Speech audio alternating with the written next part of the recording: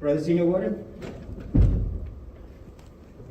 It is the order of the Worshipful Master that you teach our candidate to advance 3 regular steps. His feet body erect, facing the east.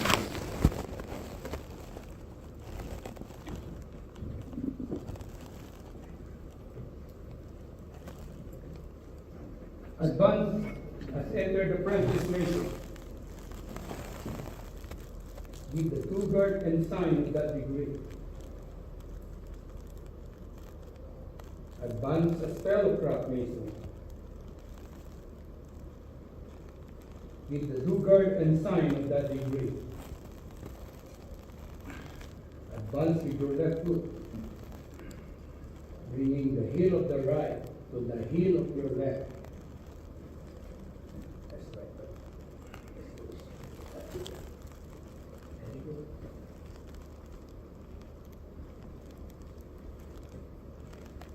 Your body erect.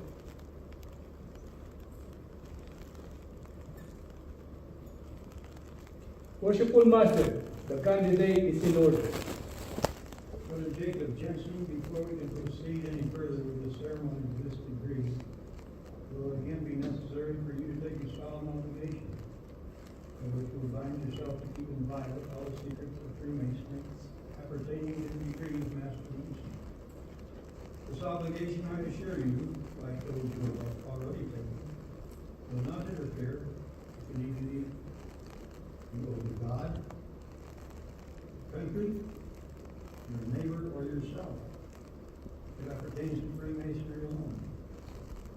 With this assurance on my part, are you willing to proceed? Yes. And Brother Senior Warden, place the candidate at the altar in due form to take upon himself the solemn obligation of Master Mason, which is by causing him to kneel on his naked knees, his body erect within a square, his hands resting upon the Holy Bible, square and compassing. Advance at the altar.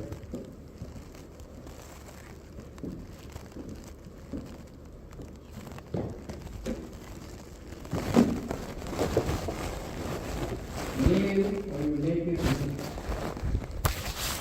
Body erect within the square. Your hands resting upon the Holy Bible, square and compasses. Worshipful Master, the candidate is in due form.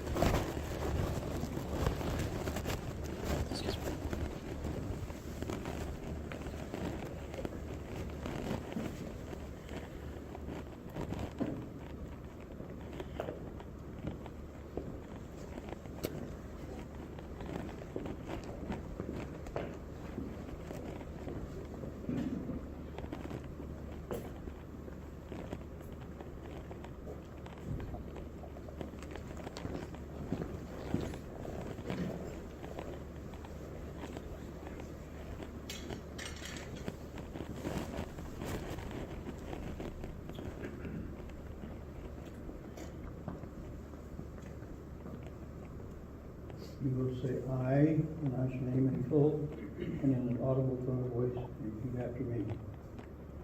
I, I, Jacob Jensen, of my own free will and accord, of my own free will and accord, in the presence of God, in the presence of God, and this worshipful lodge of Master in Masons, this worshipful lodge of Master Masons, erected to him directed to him and dedicated and dedicated to the Holy Saints John, to the Holy Saints John, do hereby do hereby and hereon and hereon solemnly and sincerely solemnly and sincerely promise and swear, promise and swear, in addition to my former obligations, in addition to my former obligations, that I will always hail, that I will always hail, forever conceal, forever conceal, and never reveal never reveal any of the secret arts, parts, or points any of the secret arts, parts, or points of the hidden mysteries of Freemasonry of the hidden mysteries of Freemasonry appertaining to the degree appertaining to the degree of Master Mason, of Master Mason, to any person to any person under the canopy of heaven, under the canopy of heaven, except it be except it be to a true and lawful brother of this degree, to a true and lawful brother of this degree, or within the body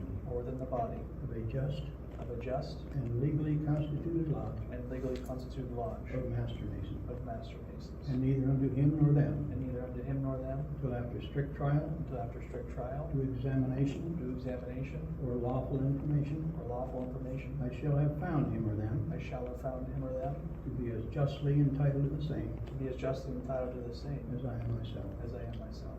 I furthermore promise and swear Furthermore, I promise and swear that I will answer all due signs that I will answer all due signs given me by by the hands of a brother the hands of a brother of this degree, of this degree, and will obey all summons sent me and will obey all summons sent me from within the body from within the body of a just of a just and legally constituted lodge and legally constituted lodge of Master Mason, of Master Masons, if within if within the length of my cable toe. the length of my cable toe. Furthermore, Furthermore, that I will aid and assist that I will aid and assist all distressed, all distressed, worthy brother Master Masons, worthy brother Master their Masons, widows and orphans, their widows and orphans, whithersoever dispersed around the globe, whithersoever dispersed around the globe, so far as I can do so, so far as I can do so, without serious injury without serious injury to myself or family. to myself or family. Furthermore, Furthermore, that I will keep the secrets that I will keep the secrets of a brother Master Mason of a brother Master Mason as my own, as my own, when given to me when given to me, in charge as such, in charge as such, murder and treason accepted. murder and treason accepted. Furthermore, Furthermore, stand to I will stand to and abide by and abide by all the laws, rules, and regulations all the laws, rules, and regulations appertaining to the degree appertaining to the degree of Master Mason, of Master Mason and to the lodge and to the lodge of which of which I may be a member, I may be a member, and will maintain and support and will maintain and support the Constitution and edicts the Constitution and edicts of the Grand Lodge, of the Grand Lodge, under which the same may be holden may be holden together with together with the general regulations the general regulations of Freemasonry. of Freemasonry.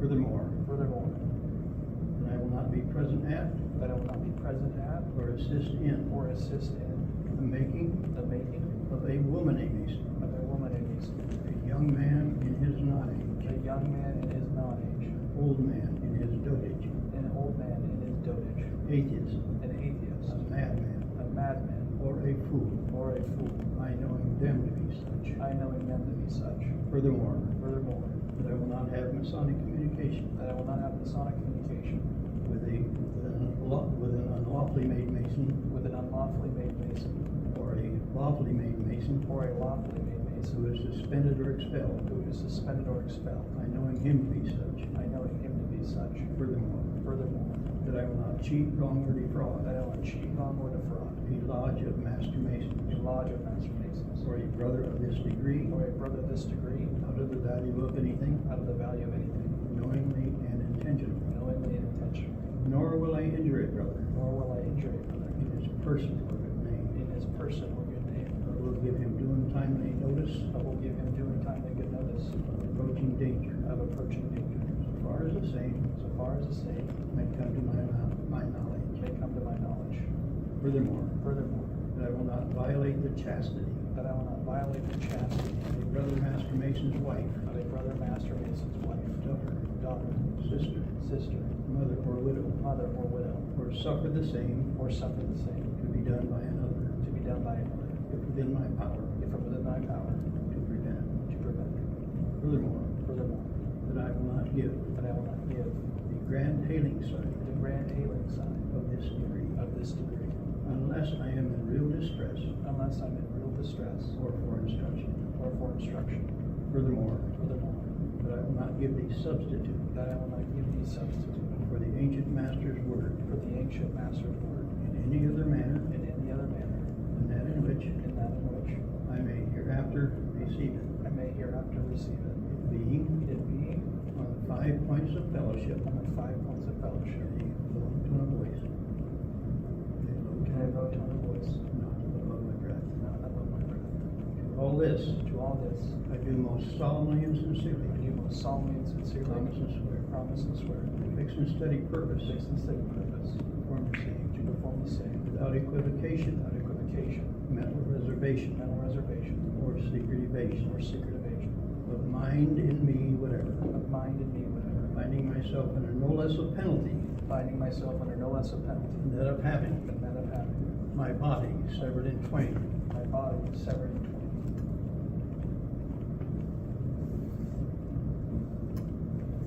my bowels taken thence, My bowels taken thence and burned to ashes, and burned to ashes, and the ashes cast and the ashes cast to the 4 winds of to heaven, the 4 winds of heaven, that no more remembrance that no more remembrance may be had of me may be had among men and masons forever. among men and nations forever. God, So help me God, and keep me steadfast and keep me steadfast in the due observance of this, in the due observance of this, my solemn obligation my solemn obligation as Master Mason. as a master mason. Now, at your hand, bow your head, in token of your sincerity, kiss the Holy Bible on which you've been obligated.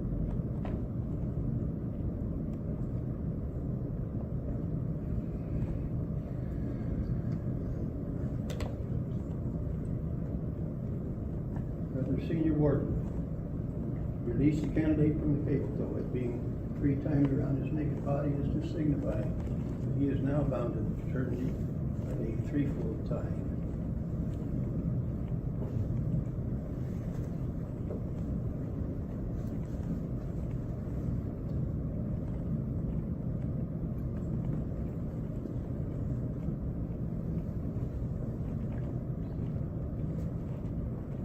Being in a condition of darkness. Senior Warden, assist me in bringing the candidate from darkness to see the light by which Master Masons work. First objects presented to you are being brought from darkness are the 3 great lights of Freemason, as before, with this difference.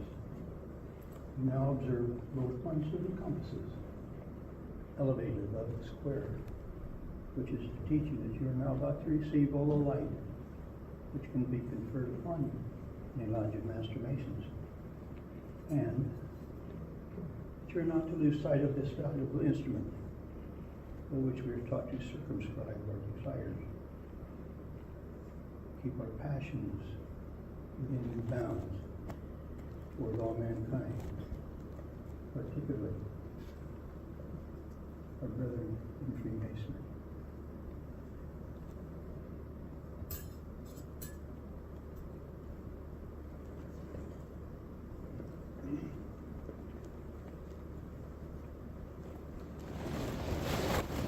You now observe me as acting master of this lodge, approaching you from the east, and with the due guard and sign for Master Mason.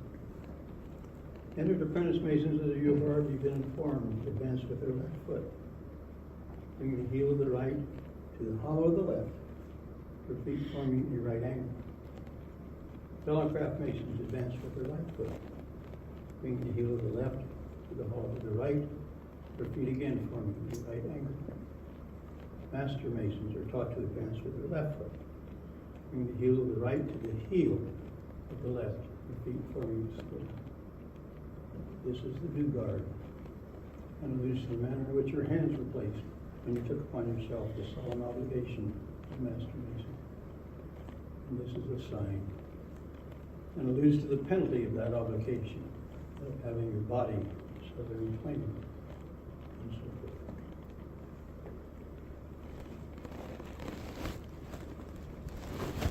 I again take pleasure in extending you my right hand in token of the continuance of the friendship and brotherly love of this lodge, and will invest you with the past quickly word of this degree.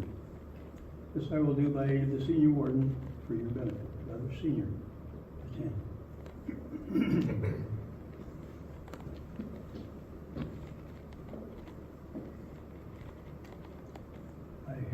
I conceal What do you conceal? all the secret of Freemasonry pertaining to the degree of Master Mason. What is this? A grip, Grip of what? a past grip of a Master Mason. Has it a name? It has. Give it me. I did not receive it, neither I will so impart. What will you I will celebrate with you. do? Again? Nay, begin you. Nay. Again. Bow, Two. cane, Okay. two ball cane. The word is right. I greet you, my brother. Tubal Cain was the eighth man from Adam, the first artificer in metals. The brother of Jubal, the inventor of music. An account of both of whom you will find recorded in the 4th chapter of the book of Genesis. Arise. Go and salute the junior and senior warriors. This is Master Mason.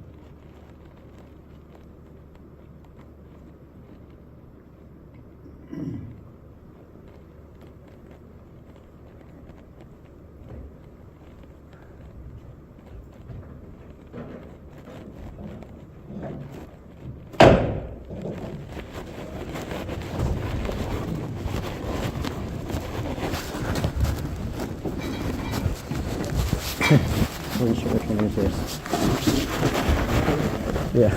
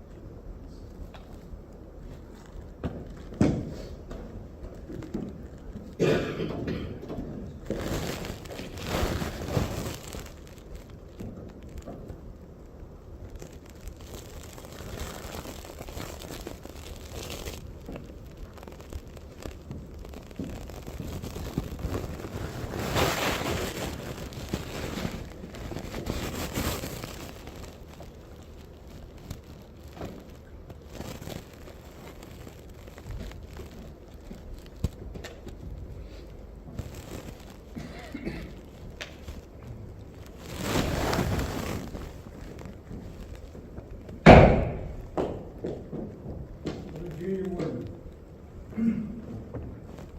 Word's right on the side. Writing this out, Worshipful. Go to senior warden. Writing the words, worshipful. Senior deacon, you conduct the candidate to the senior warden in the West who will teach you the word of truth. That's the Master Mason.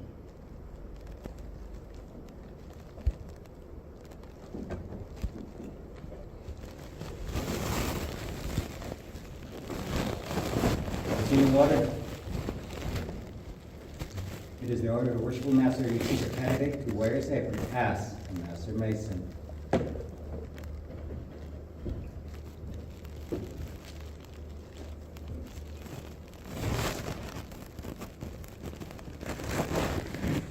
Masonic tradition informs us that in the building of King Solomon Temple, the crafts were designated by the manner in which they were their apron.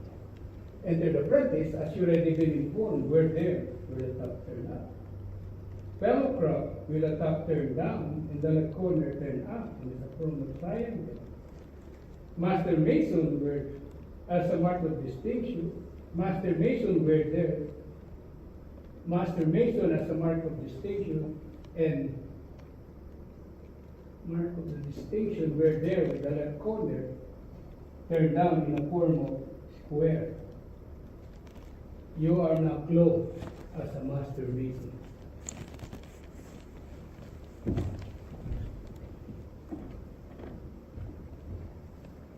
You will now be conducted to the worshipful Master in the East for further instruction.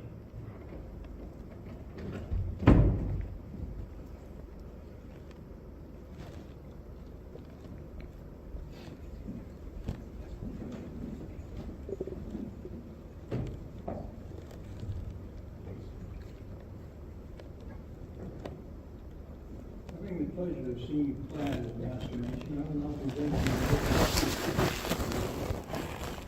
with all emblems of Freemasonry to this community, especially the trowel. The trowel is an instrument made use of by founders Masons to explode cement, which unites the building into one common mass. We, as great accepted Masons, will talk use it for our noble and glorious purpose. Studying cement or brotherly love and affection. That's cement which unites us in one sacred band or society of brothers, among whom no contentions should ever exist, except that noble contention or rather emulation of the best in word and best in deed.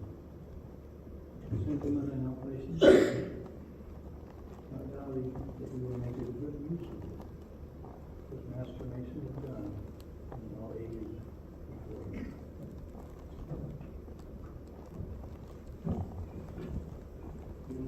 You conducted the place which you came, invested with that for which you were divested, and in time returned to the light.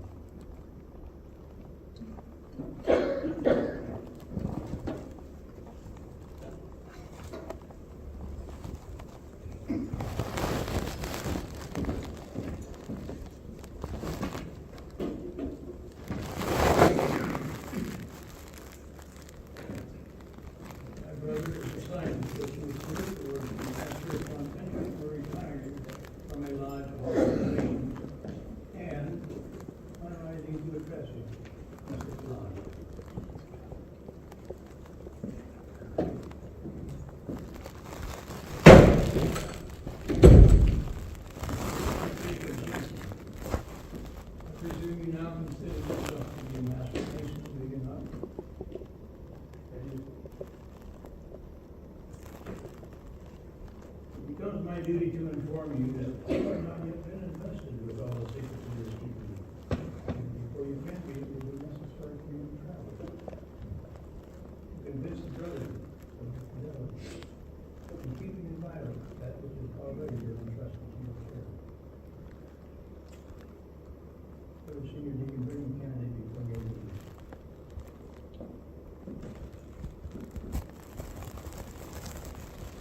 Should such be the case, it is hope. Hey, brother, it is presumed that you will be willing to lay down your life.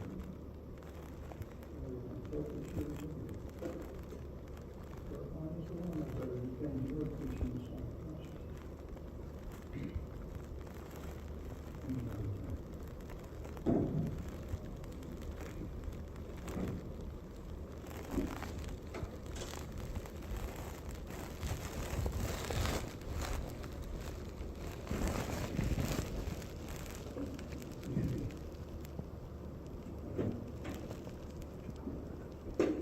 Senior Deacon, retrieve the trowel.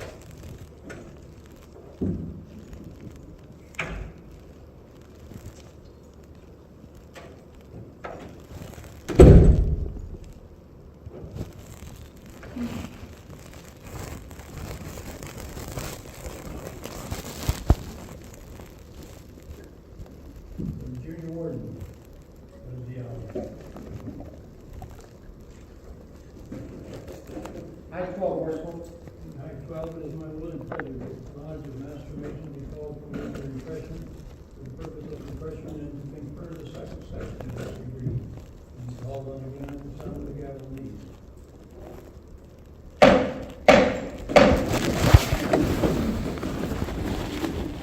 President, the order of the Worshipful Master that the lodge of Master Masons will be called from labor to refreshment for purpose of setting up for the second section for a small break.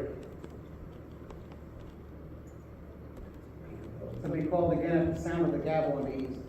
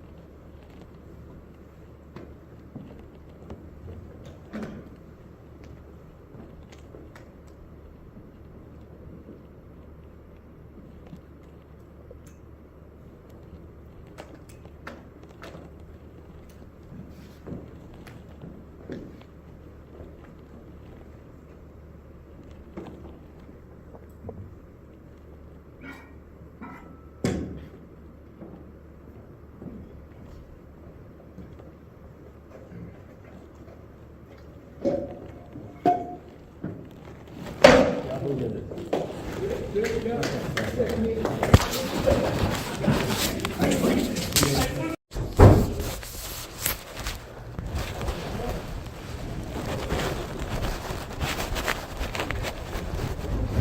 Outside is better.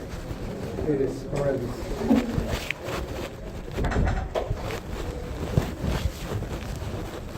What's your name? Steven, Steven, my name is Diego.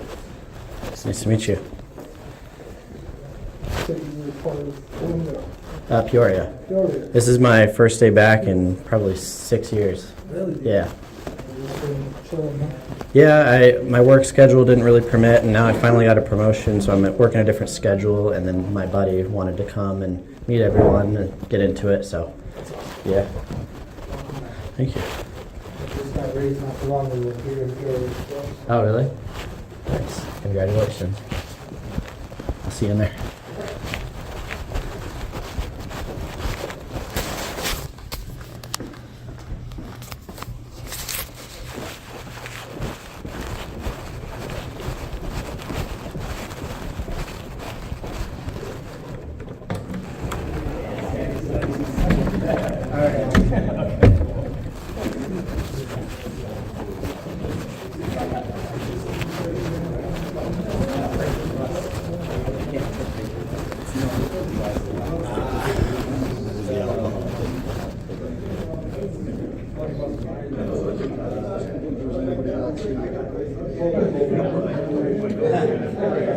So I looked at at one point I asked Aaron about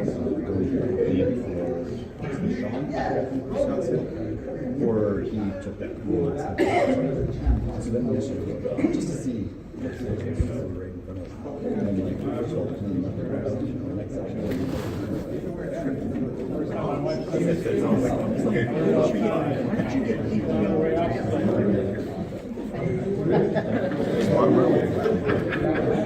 You don't want to see that.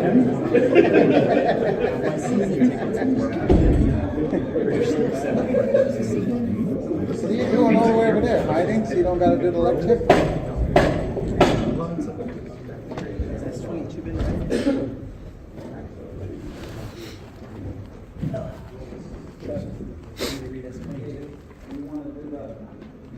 Yeah.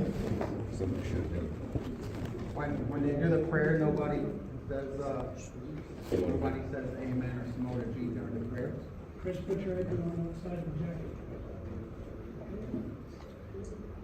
You know.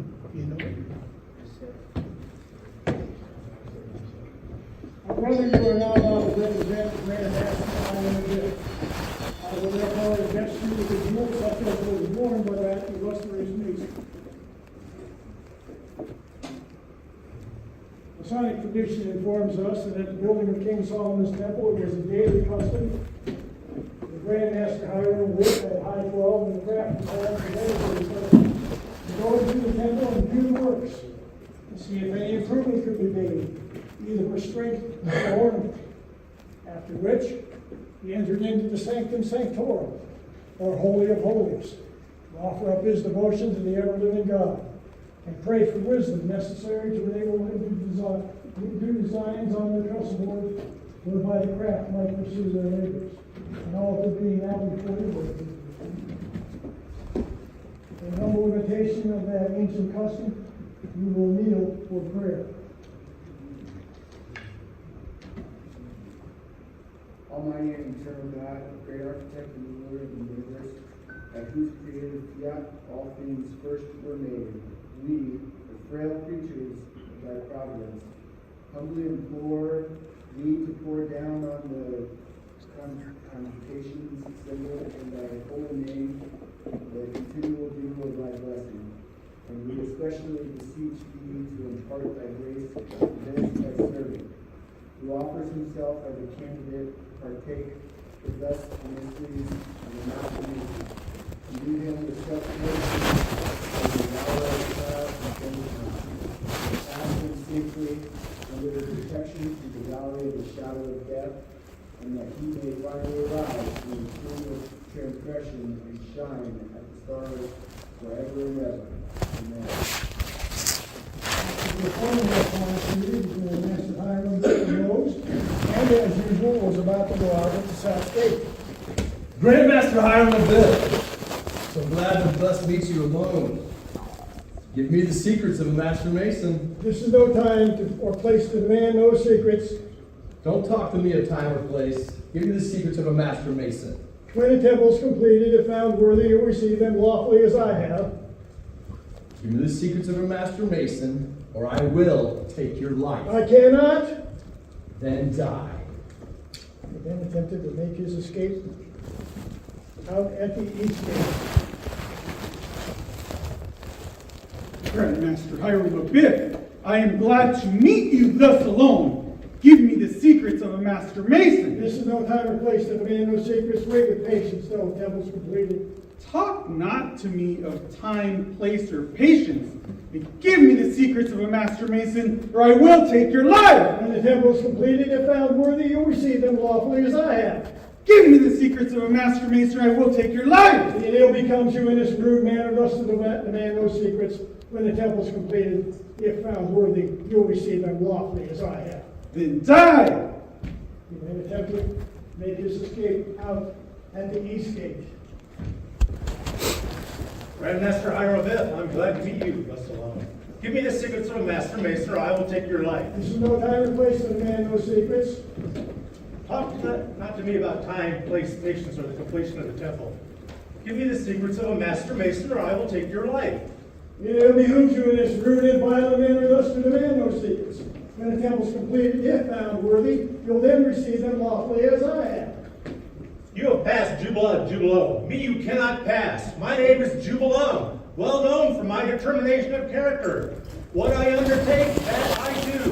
Give me the secrets of a Master Mason instantly, or I will take your life. I will not. What? Still persist? Then die.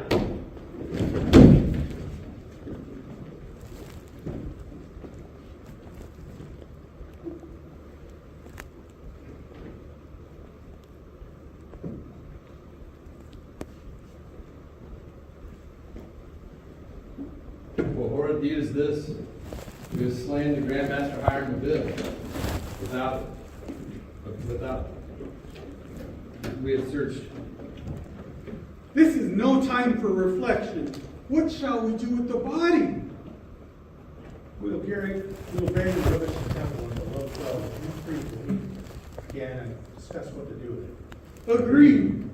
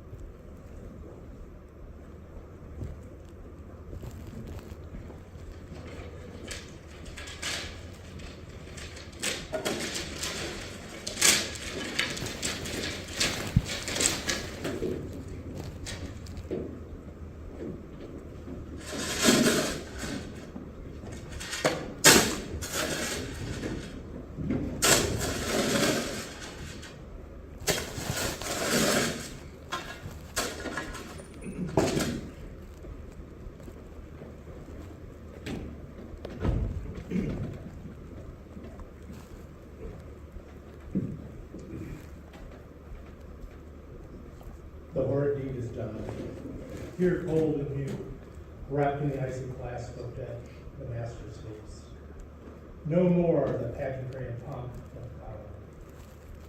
No more the crowd of grasping and hurrying to do his deeds and ends. No more the gorgeous temple rising proudly from the hills and beckoning the heavens to rest upon its heavenly columns. No more will these, his high designs, satisfy.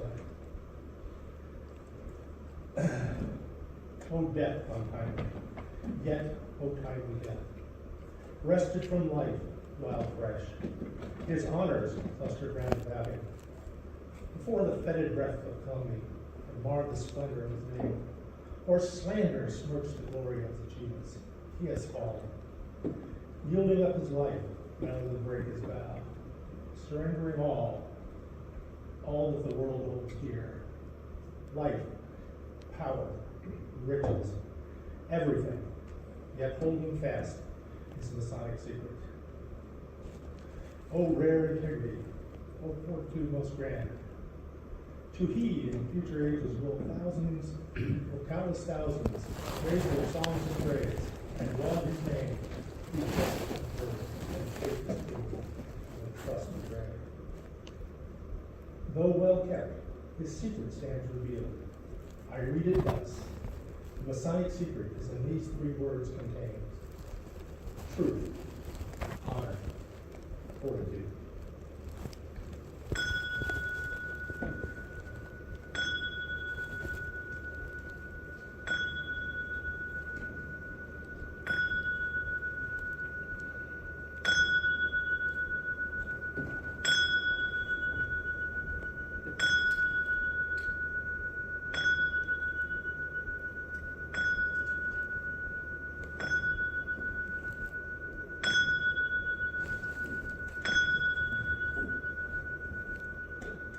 Low 12. The tuneful bell rings out the RV.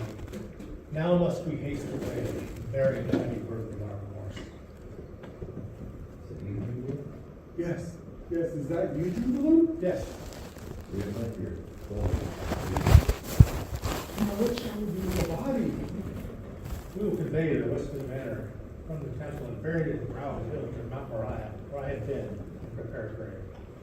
Agreed.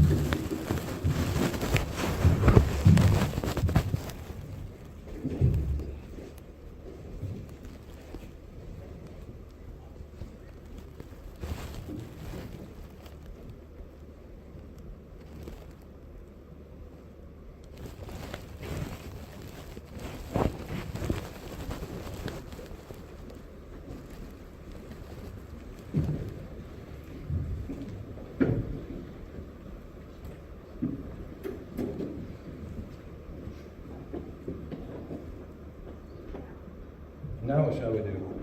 Let us make our escape out of the kingdom. We will travel by security along the coast towards Java and endeavor to attack. Agreed. But before we go, we will plant this spring of acacia at the end of the grave, that should future occasion require, we ourselves may not spot. Agreed.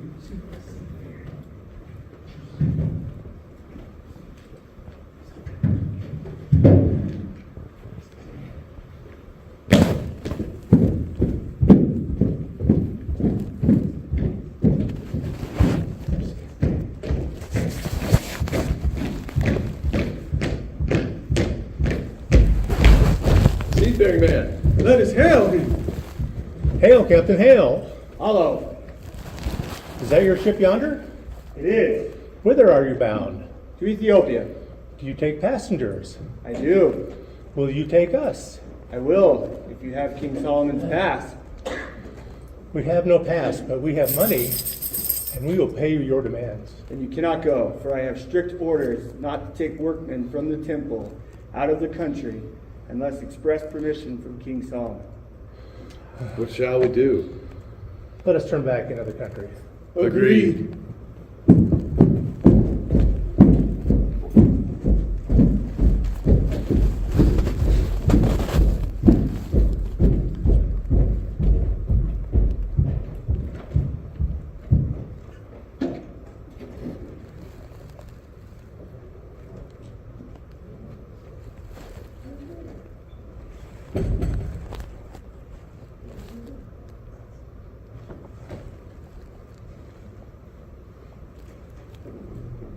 Why are you not at work today?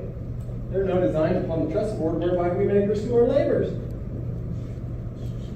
This is strange. Here, the Grand Master of Hiram Abiff may be missing. Hey! Brother Hiram Tyre, what's the cause of this confusion in the temple? Most Excellent King Solomon, the Grand Master of Hiram Abiff is missing. Missing? How do you know to be missing? The nine designs upon the trust board whereby the craftsmen pursue their labors. How long has he been missing? Since yesterday, high 12. That's strange. Here's some accident might have befallen the Grand Master Hiram Abiff. But it might be seriously indisposed. You will order diligent search made within several apartments of the temple to see if he can be found. Also, have a roll of the workman call. Fellow crafts, attend. You seen the Grand Master of Hiram Abiff? Have you seen the Grand Master of Hiram Abiff? Have you? Have you seen him? No. Have you seen the Grand Master of Hiram Abiff?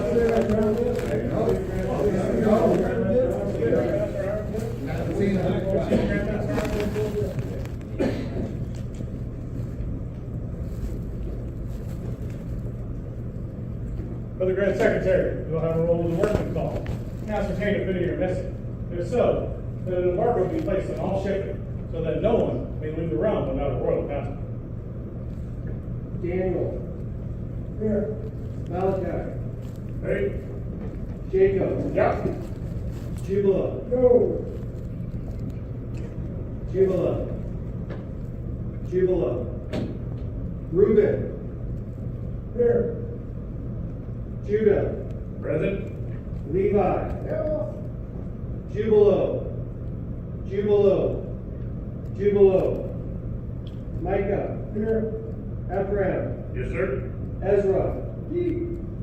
Jubilam. Jubilam.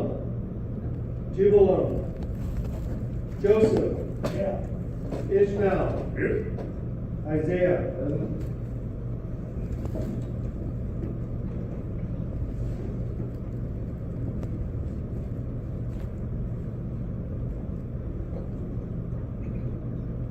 Most Excellent King Solomon. We 12 fellowcraft with 3 others. Seeing the temple nearing completion and fearing we would be unable to obtain master masons' wages while traveling in foreign countries, entered into a conspiracy to extort from the Grand Master Hiram Abiff secrets of a master mason or take his life. We 12, reflecting with horror on the atrocity of the intended crime, and dreading its evil consequences, have recanted, but fear that the other 3 have persisted in putting the murderous design into execution. We therefore come before you clad in white gloves and aprons in token of our innocence, and we humbly implore your pardon. Fellow crafts, stand aside. Brother Hiram of Tyre, the roll of the workmen have been called, and the 3 appear to be fellow craft missing. Jubala, Jubalo, and Jubalo, who from the similarity of their names are supposed to be brothers and men of Tyre. Most Excellent King Solomon. The orders have been duly obeyed.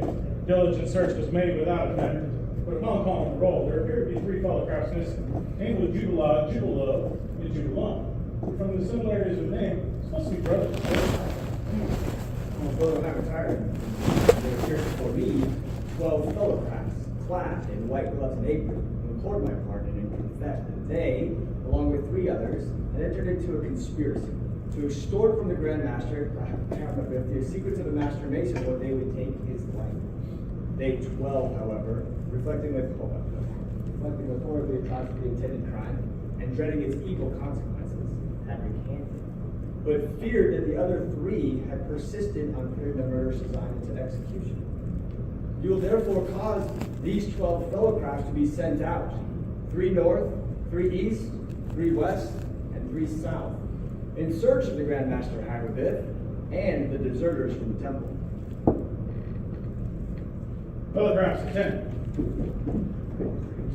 Most Excellent King Solomon, the orders have been duly obeyed. Well, which way should we travel? I propose we travel along the shore towards Joppa. We Where does a wayfarer man? Let us hail him. Hey, hello, kamusta? Have you seen any workmen from the temple pass this way? I have 3 who were endeavoring passage to Ethiopia, but not having able to obtain one, turned back in the country. These must be the 3 of whom we're in search. What should we do? I propose we return to the temple and report this intelligence to King Solomon. Agreed? Agreed.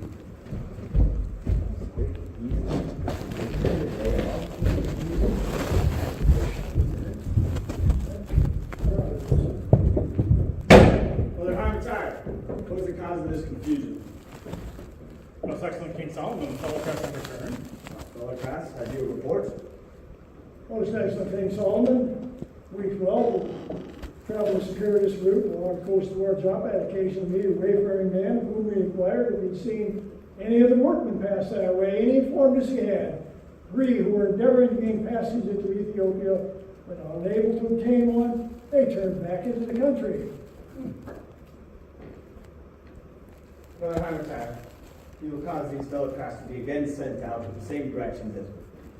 But it's a positive injunction that if they do not find either the Grand Master Hammerbiff or the deserters from the temple, they themselves will be deemed the murderers and suffer accordingly.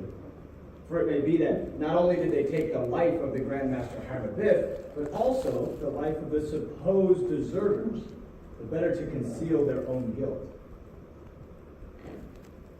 Fellow press, attend. Most excellent King Solomon, fellow press have again been sent out in accordance with your direction. It is what? Where should we travel now?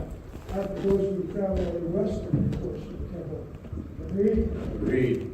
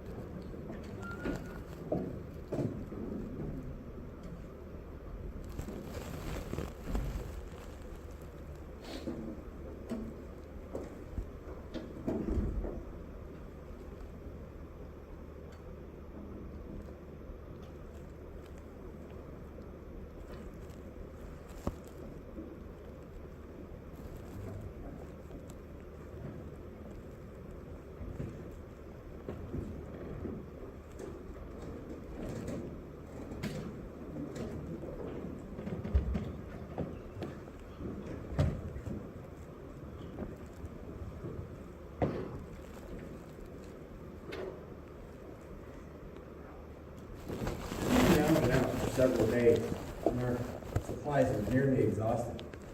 I'm weary and worn out. What shall we do? I propose that we return to the temple, and if our brethren who were sent out in different directions, but met with no greater success, that we give ourselves up and suffer the penalty. Agreed? Agreed. But hold. Let us separate and yet keep within hailing distance. Should any discoveries be made, we could communicate with one another. Agreed. I am weary and worn out. I will rest and refresh myself. This is the result of evil companionship. Had I remembered the lessons taught me in my youth, I'd now be among the workmen in the temple, honored and respected. Instead, I'm an outcast and in disgrace. But my brothers are nearly out of sight. I must arise and pursue my journey. This frigatification will assist me to arrive. What? So easily giving way? Hail, brothers! Hail, brother. Hail, brother. What discoveries have you made? Upon ascending this hill, while being weary and wore out, I sat down to rest and refresh myself. And upon attempting to arise, I caught hold of that frigatification, which easily giving way, excited my suspicions. Whereupon I hailed you. The earth has been recently removed. It has the appearance of a grave. Oh, that my throat be cut from ear to ear, my tongue be torn from its roots, buried in the rough sands of the sea, the cable toes length from shore, where the rough tides will pad them gravely as it flows. Hereby I consent to the death of a great man, Alistair Hamilton.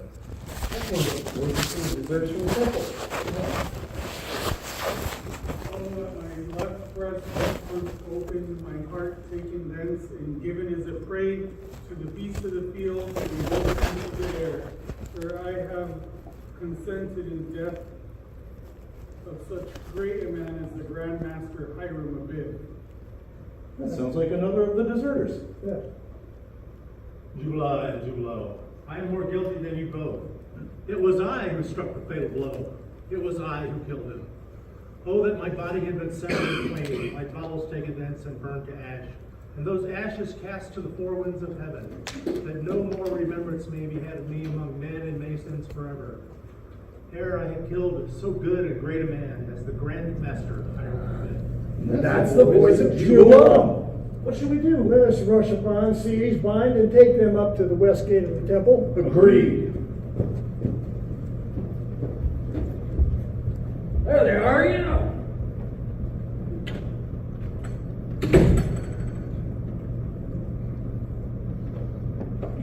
All right, get in here. Bring them along. Bring them along.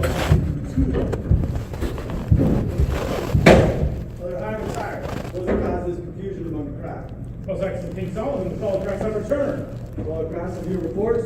Jose King Solomon, we three telegraphed, traveled a westerly course from the temple, had occasion to ascend a hill, at the brow of which I, being more weary than the others, sat down to rest and refresh myself. And upon attempting to rise, I caught hold of a sprig of acacia, which easily giving way excited my suspicions, whereupon I hailed my brethren.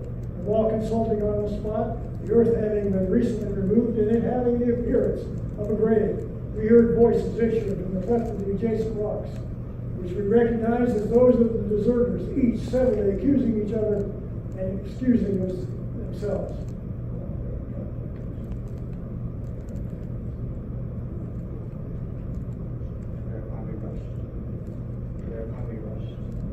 Whereupon we rushed upon, seized, bound, and brought them up to the west gate of the temple.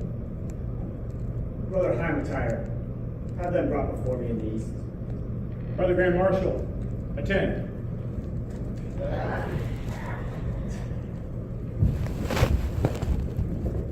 Ugly criminals.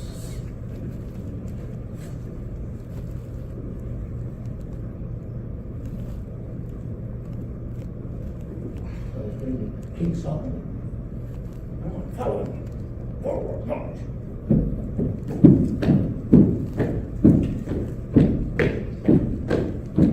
Right turn.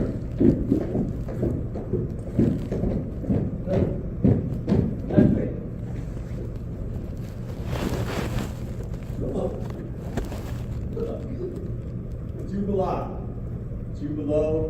Jubilo. You stand here before me charged with the murder of the Grand Master Hiram Abib.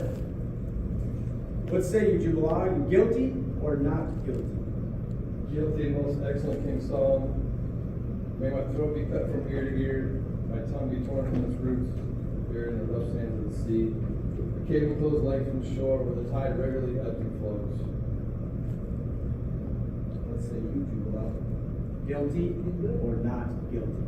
Guilty, more guilty, most excellent King Solomon, till that my left breast be torn open, my heart taken thence, and given as the prey to the beasts of the field and vultures of the air. Jubilo, what say you? Guilty or not guilty? Guilty. More guilty. Most guilty. Most excellent King Solomon. I am more guilty than they both. It was I who said it was I. Oh, that my body had been severed in twain. My bowels taken thence and burned to ash. Those ashes cast to the four winds of heaven, that no more remembrance may be had of me among men and nations forever. Vile and impious wretches, thus to have imbrued your hands in innocent blood. Lift up your heads and receive your sentence. It is by my order that you be taken without the gates of the city, and there severally executed with the implications which have just fallen from your own mouths. Brother Hiram tired. See this, my order is duly executed. Brother Grand Marshal, attend. Left trace. Forward march.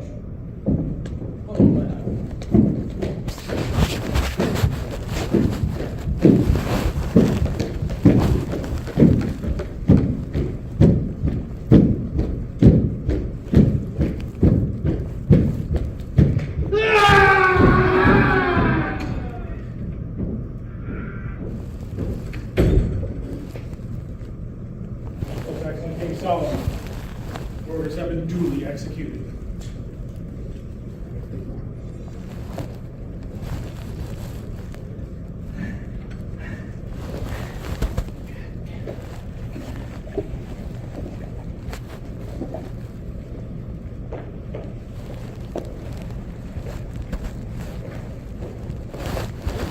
Brother Hiram Fire. You will cause these photographs to be sent to the place where the weary brother sat down to rest and refresh himself, to seek for the body of the Grand Master Hiram Abiff, and if found, to search diligently on and about it for the secrets of a Master Mason who are key thereto. Photographs, attend.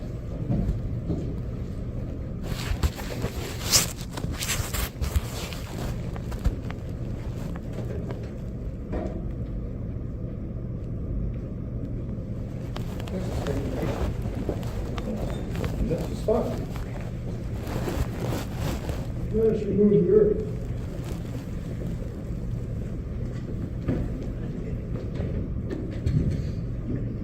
Realize The body of the Grand Master Hiram Abiff. There's his jewel. We ordered it. Those in search on everybody. The secrets of the Master Mason are key there too. I can find nothing. Can you? I can find nothing, can you? I can find nothing. What shall we do? Let us remove the jewel, turn, and report. Agreed? Agreed. Behold, let us first take the dimensions of the grave. It is dug due east and west, and 6 feet in depth. Now let us return and report. Agreed.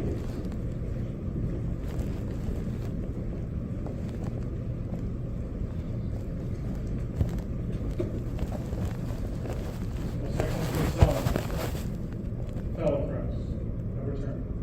Photographs. Most excellent King Solomon, we repaired to the spot where I sat down to rest and refresh myself. And upon removing the earth, found the body of the Grand Master Hiram Abiff in a grave dug due east and west and 6 feet in depth. Diligent search was made all over the body, but we were unable to find the secrets of the Master Mason or a key thereto. But this we did find, which I recognize as a jewel belonging to the Grand Master Hiram Abiff.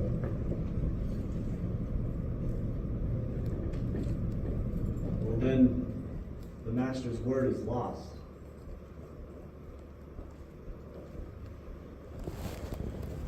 Brother Heimertire, take unto yourself suitable assistance and go with me to raise the body of the Grand Master Hiram Abiff for a more decent.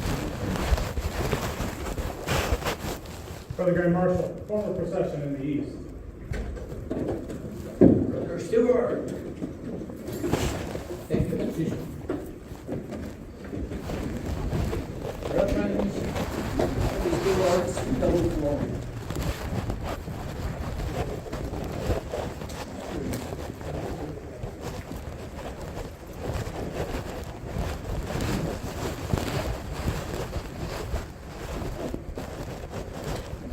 Need a junior deacon.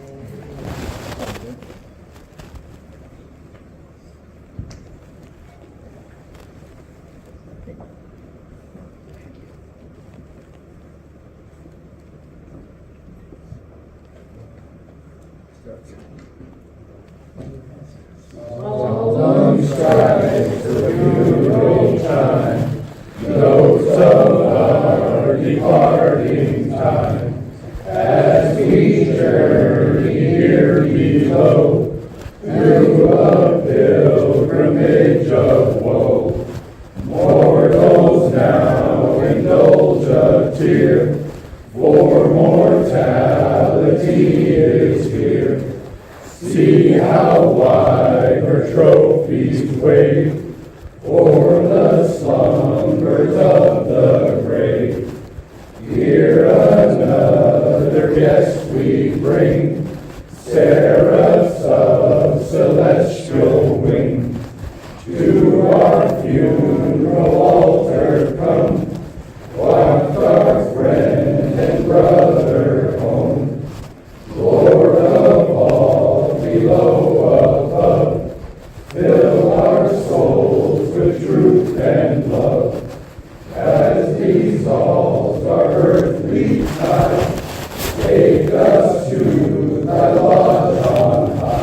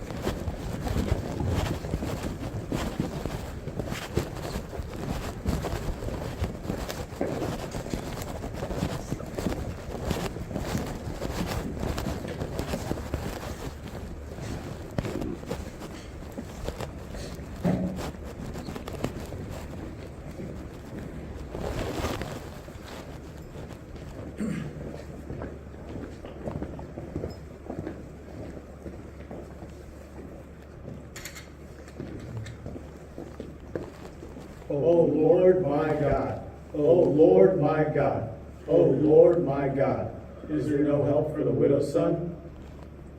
Brother Hymantyre, you will raise the body by the grip of an inner Freemason.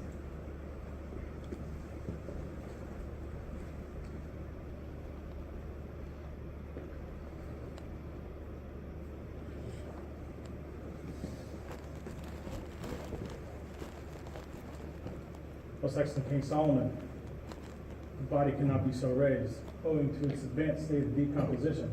It having been dead 15 days, skin slips from the flesh. Then you will endeavor to raise the body by the true grip of a fellow craft.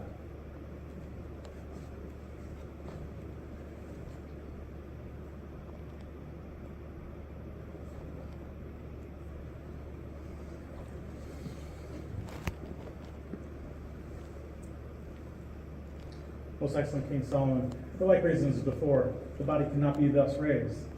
The flesh cleaves from the bone. Brother Hymantyre, what shall we do? Let us pray. Brethren, let us pray. O God, knowest our down sittings and our uprisings, and understandest our thoughts afar off. Shield and defend us from the evil intentions of our enemies, and support us under the trials and afflictions which we are destined to endure while traveling through this vale of tears. Man that is born of woman is of few days and full of trouble. He cometh forth as a flower and is cut down. He fleeth as well as a shadow and continued not. Seeing that his days are determined, the number of his months is with thee. Thou hast appointed his bounds that he cannot pass. Turn from him that he may rest till he shall accomplish his day. For there is hope of a tree, if it be cut down, that it will sprout again, and that the tender branch therefore will not cease. But man dieth and wasteth away. Yeah, man giveth up the ghost, and where is he?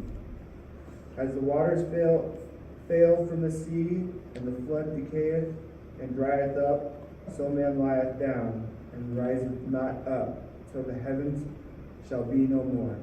Yet, O Lord, have compassion on the children of thy creation, and minister them comfort in the time of trouble, and save them with everlasting salvation. Amen. Brother Heimachire, your counsel is good and timely.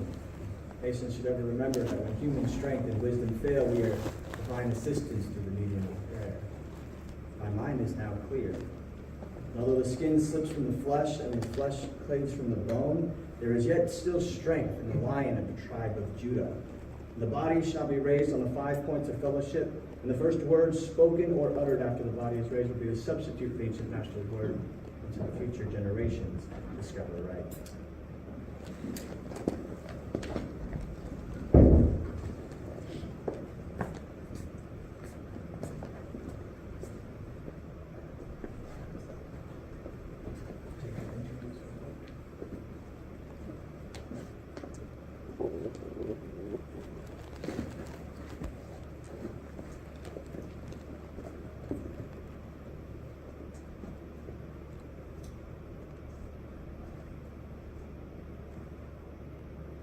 My brothers, the word, which in your obligation you solemnly swore not to give in any other manner than that in which you might thereafter receive it, and being on the 5 points of fellowship, and the voice and the voice are above you. The 5 points of fellowship are foot to foot, knee to knee, breast to breast, hand to back, and mouth to ear, and are thus explained. Foot to foot, he knows that you will not hesitate to go and foot out of your way to serve him with your brother Master Mason. Knee to knee, bring your devotion to the loving God. And remember the welfare of the brother Master Mason as your own. Breast to breast, that you will keep the secrets of the brother Master Mason as your own, and given to you in charge for such murder and treaty accepted. Hand to back, that you will ever be ready to stretch forth a helping hand, raise your fallen brother. And mouth to ear, that you will whisper the counsel in his ear, gently admonish him of his error, and in the most friendly manner, endeavor to bring about reformation. You will again go on 5 points of fellowship, and you benefit with knee to knee, breast to breast, and back, mouth to ear.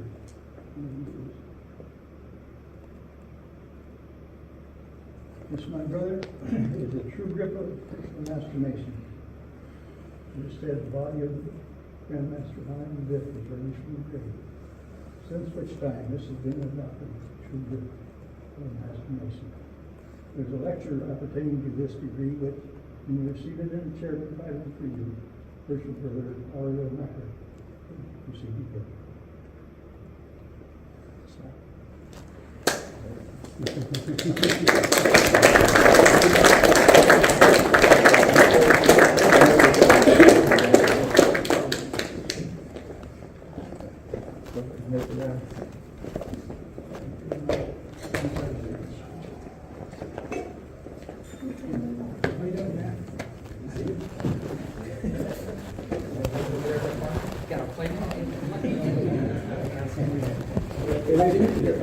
That's right.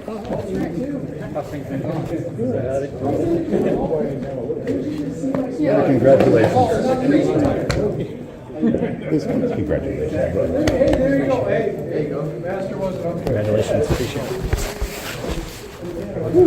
Got out of that one. It's fun to mess with you guys.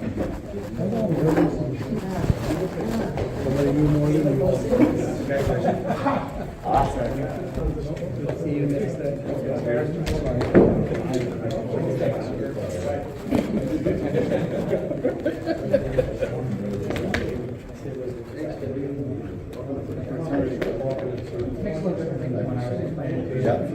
Well, yeah. He just had something else.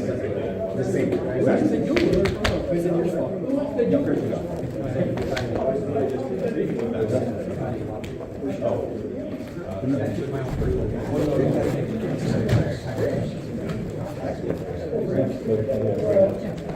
Who got the jewel? You're doing it straight, right? I got one. No, the jewel. Good. Oh. Who got the jewel?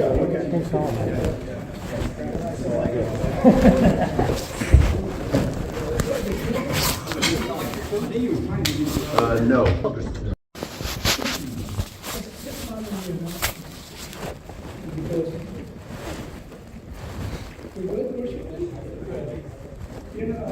Congratulations for being part of the degree of transformation. What you went through when you were is the lecture is all about. But this time you can see what transpired on your journey to be a master mason. And by now hopefully, you will appreciate. You went through first, second, and third degree for the brethren of respect to you. As you can see, there's no book. They're all regulation what they did. And you will hear a lot of, on my lecture, you will hear a lot of King Solomon, Haramotai, and Haramobet. Those are representing the worshiping master, senior warden, and the junior warden for your benefit. Okay? We read in the Holy Writings that was decreased in the wisdom council of DP, aforetime that a house should be built, erected to God, and dedicated to His holy name. We also learn from the same sacred source that David, king of Israel, desired to build a house. But the consequence of his reign, having been of many wars and much bloodshed, that distinguished privilege was denied him. He was not, however, left without hope, for God promised him that out of his loins there should be a man who will be adequate to the performance of sovereign and glorious undertaking. That promise was verified in the person and character of Solomon, his son, who ascended the throne. And after David was gathered to his father, ruled over Israel at that time when the great Jewish historian came to life. Peace and tranquility pervaded the world, and all eyes seemed to be directed towards Jerusalem, at least to witness the splendid display of the wisdom of Solomon. About this time, King Solomon received a congratulatory letter from Hiram, king of Tyre, desired him to participate in the small degree, at least in the rich honor which will seem to be clustering around his throne. And his reciprocation with the Hiram of Tyre, King Solomon desired him to furnish a man well skilled in the art and science. And his attention was directed to Haramobet, the widow's son from the tribe of Naphtali. And King Solomon sent Haramobet brought out of Tyre. When the preliminary arrangement for the erection of the temple was completed, he was commenced in the 4th year of the reign of King Solomon, under the auspices of 3 grand masters: Solomon, king of Israel, Hiram, king of Tyre, and Haramobet, the widow's son, but more immediate inspection of Haramobet, who was the architect of the world.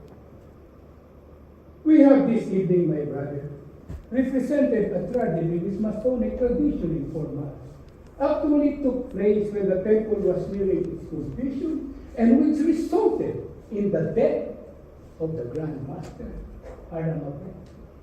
His death is premeditated, and the circumstances were attending as were as follows.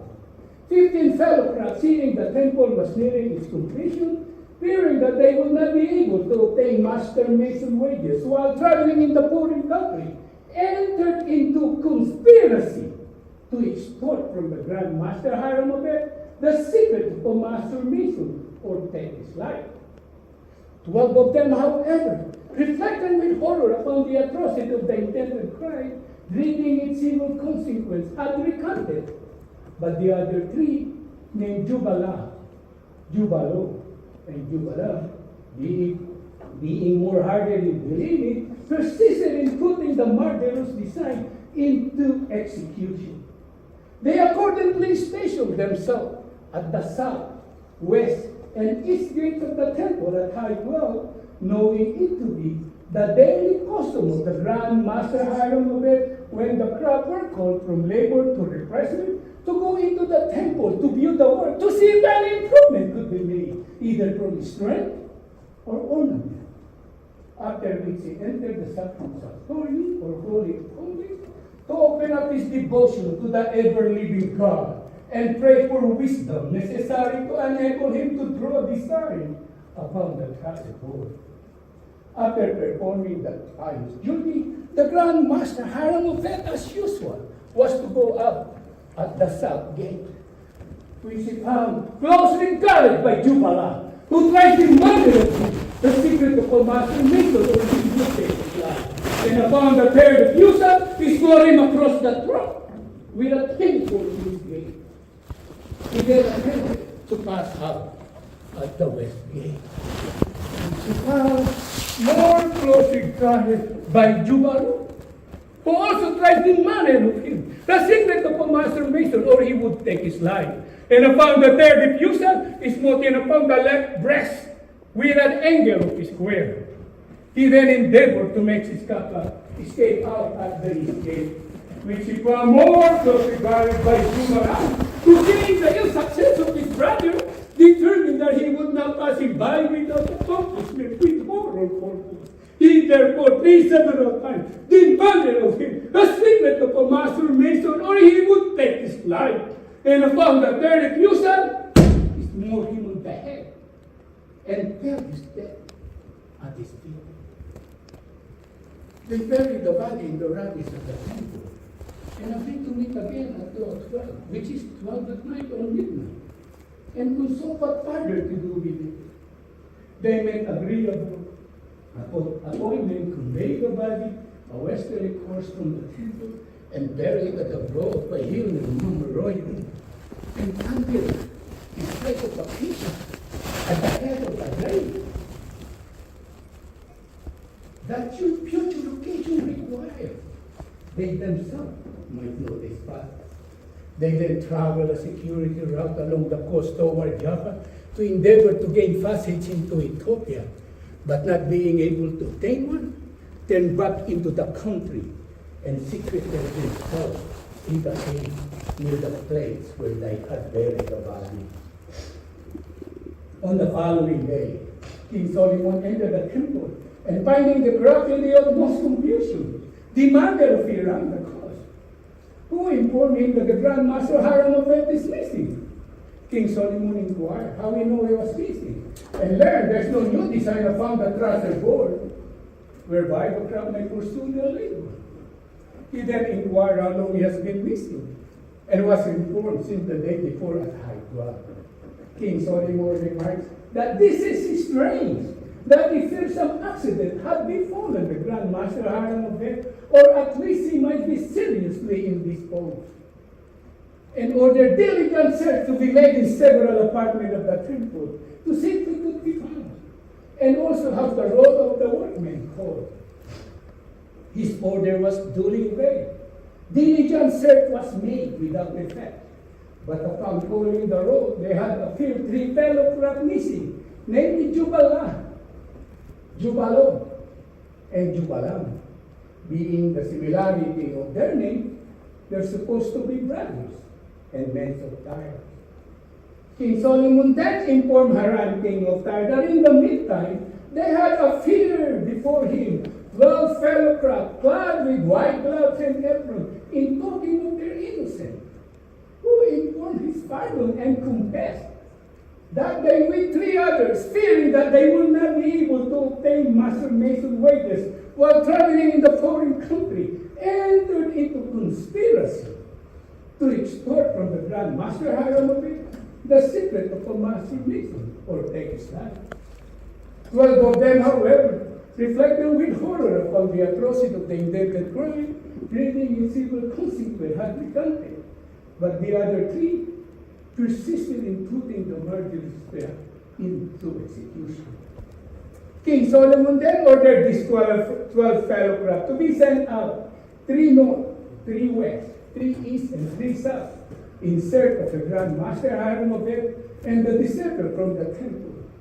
The 3 who traveled along the coast toward Joppa met a wayfaring man of whom they inquired if they have seen any workmen from the temple pass this way. He informed them he has. 3 who were endeavoring to gain passage into Ethiopia, but not being able to obtain one, turned back to the country.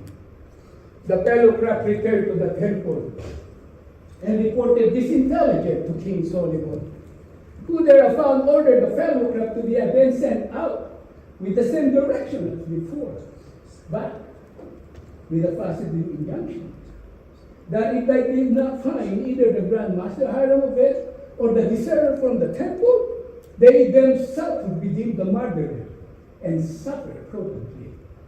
For it may be, he added, that they have not only taken the life of the Grand Master Hiram of it, but also the life of the supposed deserter, the better to conceal their own guilt. The fellow craft were again sent out in accordance with this direction. The 3 who traveled a westerly course from the temple had occasion to assail a hill of a brook, of which one of them, more weary than the other, sat down to rest and refresh himself.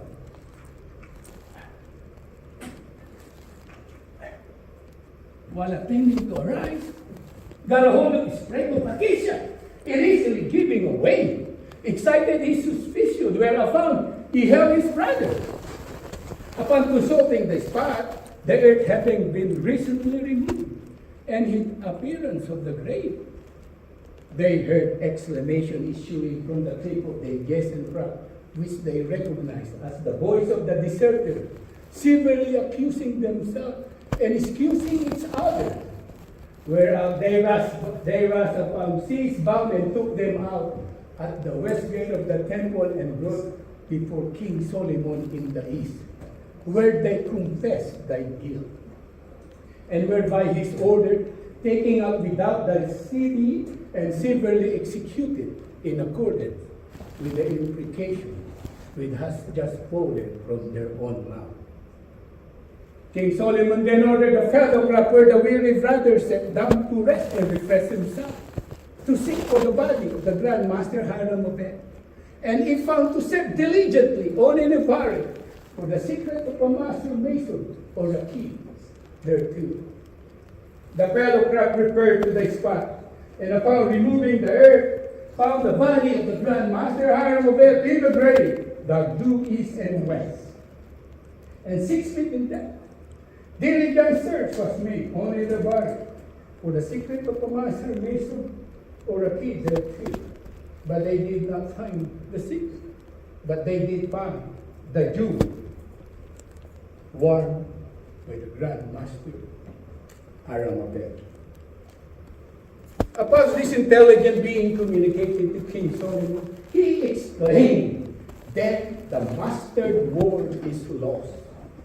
Which might seem to imply to you, my brother, that no one but the Grand Master Hiram of it possessed the word.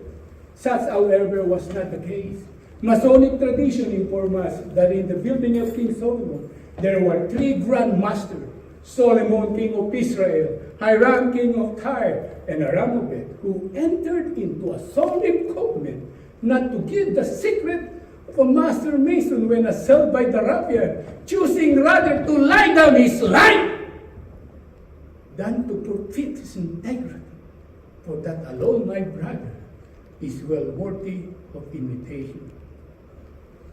Grand Master King Solomon ordered Hiram, king of Tyre, to take unto himself suitable assistant and go with him to raise the body of the Grand Master Hiram of it. And upon arriving the grave, they thrice raised their head, "O Lord my God, O Lord my God, O Lord my God." Since, my brother, this has been adopted as a grand hailing sign of a master mason, which you are never to give, unless you are in real distress or poor instruction. And when you see this sign is given, You are to regard the person giving it as a master mason in distress, and it will be your indispensable duty to relieve him so far as you can do so without serious injury to yourself or family. In addition to the word accompanying with the sign, this word may be used when you cannot. There's no help for a widow's son. There's no help for a widow's son, which is also a signal of distress to be given when the sign cannot be seen, and to which you are to pay like attention. King Solomon then ordered Hiram, king of Tyre, to raise the body by the grip of enter the apprentice mason. But it was important the body could not be thus raised, owing to its advanced state of decomposition, is having been dead for 15 days. The flesh flipped from the bone. King Solomon then ordered Hiram, king of Tyre, to endeavor to raise the body by the true grip of fellowcraft. But for like reason as before, the body could not be thus raised. The flesh flipped from the bone. And King Solomon exclaimed, then it should be raised by the strong grip of the lion's paw and on the 5 points of the fellowship. And the first word is spoken or uttered after the body is thus raised should be the substitute for the ancient mastered word until the future generation discovered the right. Thus, my brother, was the body of the Grand Master Hiram, raised from the grave, conveyed at the temple and buried, which made 3 times. First in the rabbis of the temple by the Rabban, second on the hill of the Mount Moriah by the same, lastly near Sactorium, or Holy of Holies, where Masonic tradition informs us. There was erected to his memory a marble monument consisting of a beautiful column broken by it standing virgin weeping, an open book before her, the sprig of acacia in her right hand, the urn in the left hand, and time patiently unfolding the riglets of her hair. The broken column denotes the untimely death of the Grand Master Hiram. The virgin weeping, the unfinished state of the temple. The book opened before her, that the memory of his many virtues is recorded in every mason's heart. The sprig of acacia in her right hand, the early discovery of his grave, the urn in the left hand, that the ashes of this distinguished and exemplary masons are faithfully deposited, and time patiently unfolding the riglets of her hair denotes that time, patience, and perseverance will complete all things. This, my brother, concludes the first section of this lecture of this degree. They have a second section. When I have sipped my water, I will continue to give.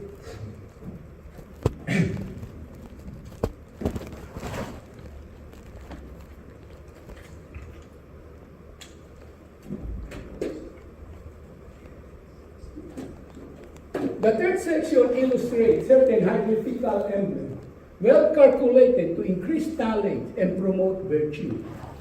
In it, many particulars related to the building of King Solomon's temple are noticed. That famous fabric, as I before informed you, was commenced in the 4th year of the reign of King Solomon on the 2nd day of the month Siv. Being on the 2nd day of the sacred year, it was located on Mount Moriah, near the place. So Mount Moriah, where Abraham was about to offer his son Isaac, and where they did meet in a feast, the destroying angel. It was supported by 1,453 columns, 2,600 pilasters, all new from the finest period marble. They were employing it, erection, 3 grand masters, 3,300 master or overseer of the work, 80,000 fellowcraft or hearer on in the mountain, 70,000 entered apprentice or barrier or border, when also class, and arranged by the wisdom of Solomon that neither in vain, discord, confusion was suffered to interrupt or disturb the peace and good fellowship among the workmen, except in the single instant which we have this evening represented, and which resulted in the death of the Grand Master Hiram Obed. As starting evidence of interposition of divine providence, we are informed by the great Jewish historian Josephus that although more than 7 years were occupied in its building, yet he did not reign in the daytime, but in the night season only, that the workmen might not be obstructed from their labor. We also learn from the same sacred source that we did not hear a sound of axe, hammer, or any tools of iron in the house while it was building is being put together in the manner described to you in the preceding degree. Enter the apprentice mason assembled in the ground floor of King Solomon's temple. Their lodges consisted of not less than 7. One master, the others entered the apprentice. Fellow craft held their meeting in the middle chamber. Their lodges consisted of not less than 5. 2 master, the others fellow craft. Master mason meet in the sacrum sanctorium or holy of holies. Their lodges consisted of 3 master masons. Master mason now invested to be supported by 3 great pillars dominating wisdom, strength, and beauty. They should be wisdom to construct, strength to support, and beauty to adorn all great and important undertaking. The pillar of wisdom is said to represent Solomon, king of Israel, as by his wisdom the mighty edifice which erected, which immortalized his name. The pillar of his strength is said to represent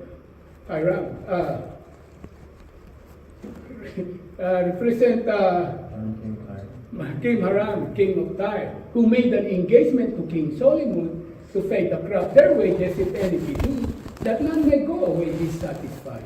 Harmony being the strength and support of all society, especially of ours. And the pillar of beauty is said to represent Hiram Obed, the widow's son. But his duty it was to call the crop from labor to refreshment and high clothes, where is the beauty and glory of the day. The hieroglyphical emblem explained of this decree are the 3 of Set, the cup of incense, the beehive, and the book of constitution guarded by the tailor's sword. The swords pointing at the naked heart, and all seeing eyes, the anchor and the ark, the 47th problem of the Euclid, the hourglass of the sin. The explanation of these 8 classes is to be found in every various monitor, which have from time to time being adopted by the fraternity, and it's hoped that you will soon make yourself familiar. The 9th or last class is not meritorious, being competent to the repository of faithful breaths. It consists of the setting mold, the space, the coffin, and the spray of acacia. The first 3 are emblem of mortality. The last is an emblem of immortality. By the setting mold, we are reminded of that, with the Grand Master Hiram Obed was his name. By the coffin of that, which dug his grave, and by the spade of that which dug his grave, and by the coffin of that which received his remains. These to the rational thinking mind are calculated to produce serious melancholy reflection. But when we look forward to the spray of acacia which budded and bloomed at the head of his grave, we are reminded to the immortal part, the spirit or soul of man, which will live when time shall be no more. It is the inspiration of that great divinity whom we adore, and bears the nearest resemblance or affinity to that supreme intelligence which pervades all nature, which will never, never, never die. Hence, my brother, how important it is that we should imitate the Grand Master Hiram Obed and his inflexible fidelity to his trust, that maybe we prepare death, not as a great tyrant, but as a kind messenger to translate us from this imperfect to that all-perfect, glorious celestial lands above, where the supreme Grand Master of the universe forever preside. This, my brother, conclude the lecture for this degree. And worshipful Kirkland will give you the charge.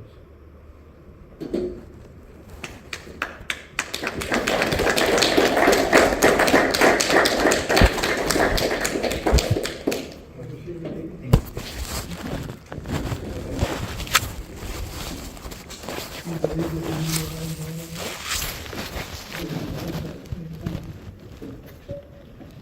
have something here for you, brother.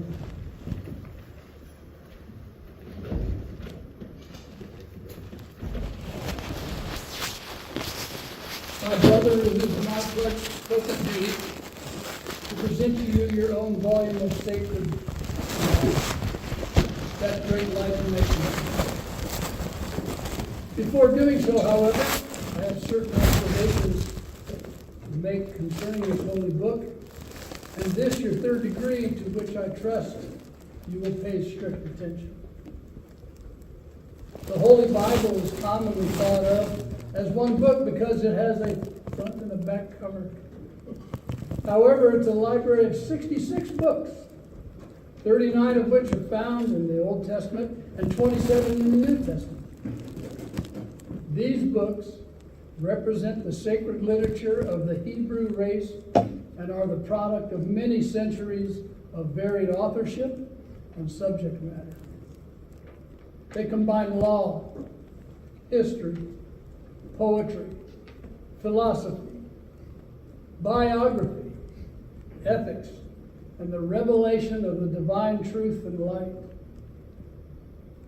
Diverse as the subject and authors are, remote as the legend types and styles of expression are, the intelligent reader discovers an ever-increasing purpose running through the pages like a silver thread through a darker fabric.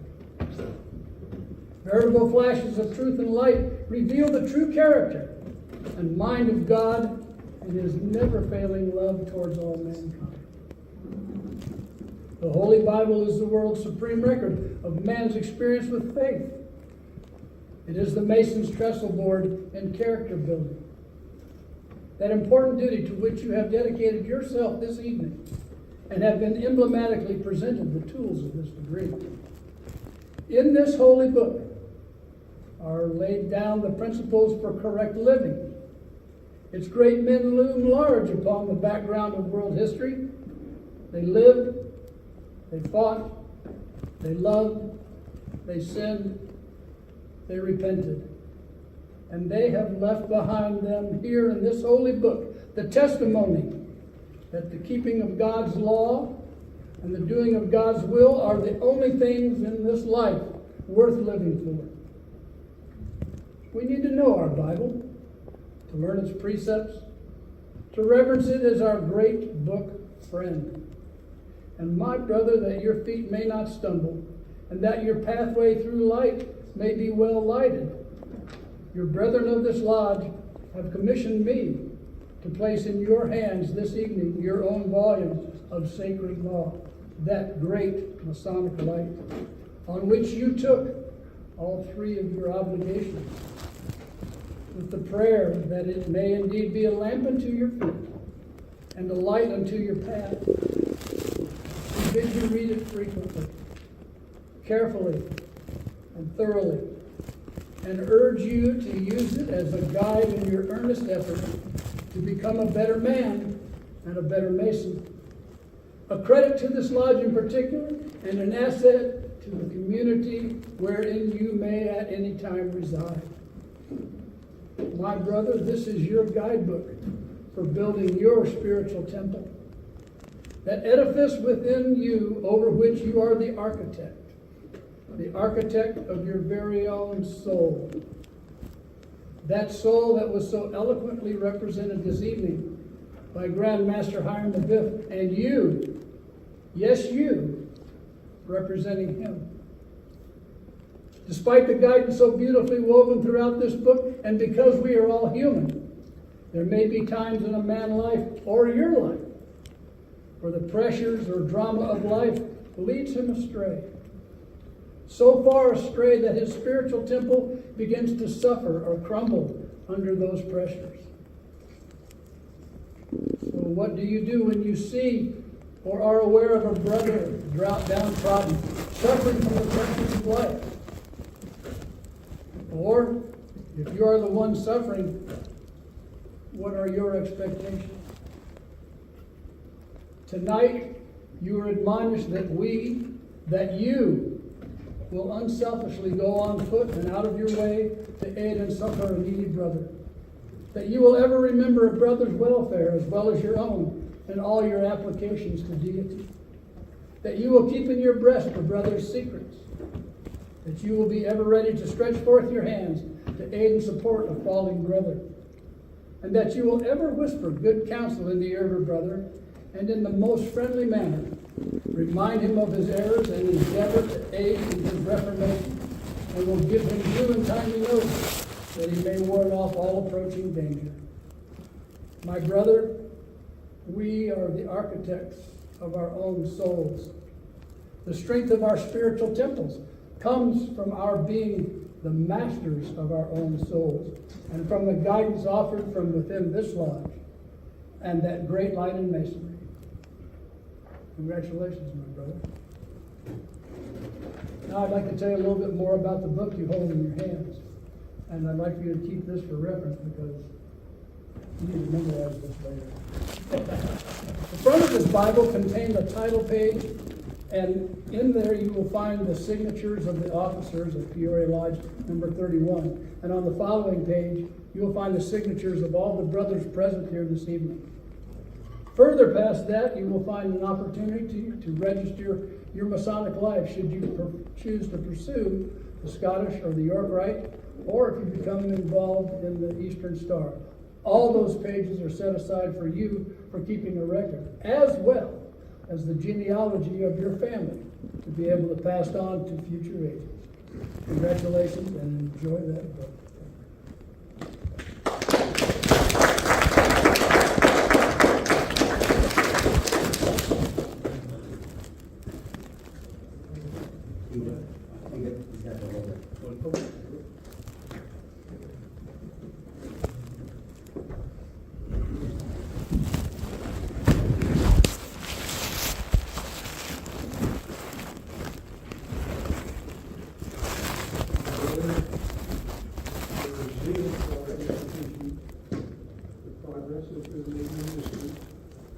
Your study conformity to our useful regulations that pointed you out as a proper object for this seclusion of the you can honor around life, find you to be faithful to every trust. Support the dignity of your character on all occasions, and strenuously to enforce by precept and example the steady obedience to the tenets of Freemasonry. Exemplary conduct on your part will convince the world that merit is a just right to all privileges, and that on you occasions of not, and then the greatly bestowed. As a Master Mason, you are authorized to correct the irregularities of your less conformed brethren, to fortify their minds with resolution against the snares of the insidious, and to guard them against every allurement of vicious practices. To preserve unsullied the reputation of the fraternity ought to be your constant care, and therefore it becomes your province to caution the inexperienced against any breach of fidelity. To your inferiors in rank or office, you are to recommend obedience and submission. To your equals, courtesy and affability. And to your superiors, kindness and condescension. Universal benevolence you are zealously to inculcate by the regularity of your own conduct, and then to remove every aspersion against this venerable institution. Our ancient landmarks you are carefully to preserve and never to suffer them under any pretense to be infringed. You are never to countenance any deviation from our established customs. Your honor and reputation are concerned in supporting the dignity and respectable character which you now bear. Let no motive, therefore, make you swerve from your duty, violate your vows, or betray your trust. But be true and faithful and imitate the example of that celebrated artist whom you have this evening represented. Thus you will render yourself deserving of the honor which we have conferred, and worthy of the confidence we have reposed in you.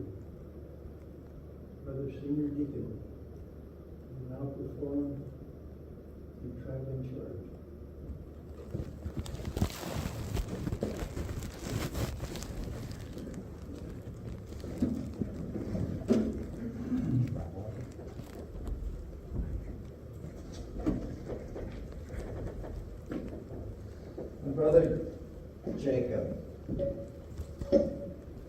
particular reason you have chosen to become a member of this brethren of the Lord is only known to yourself.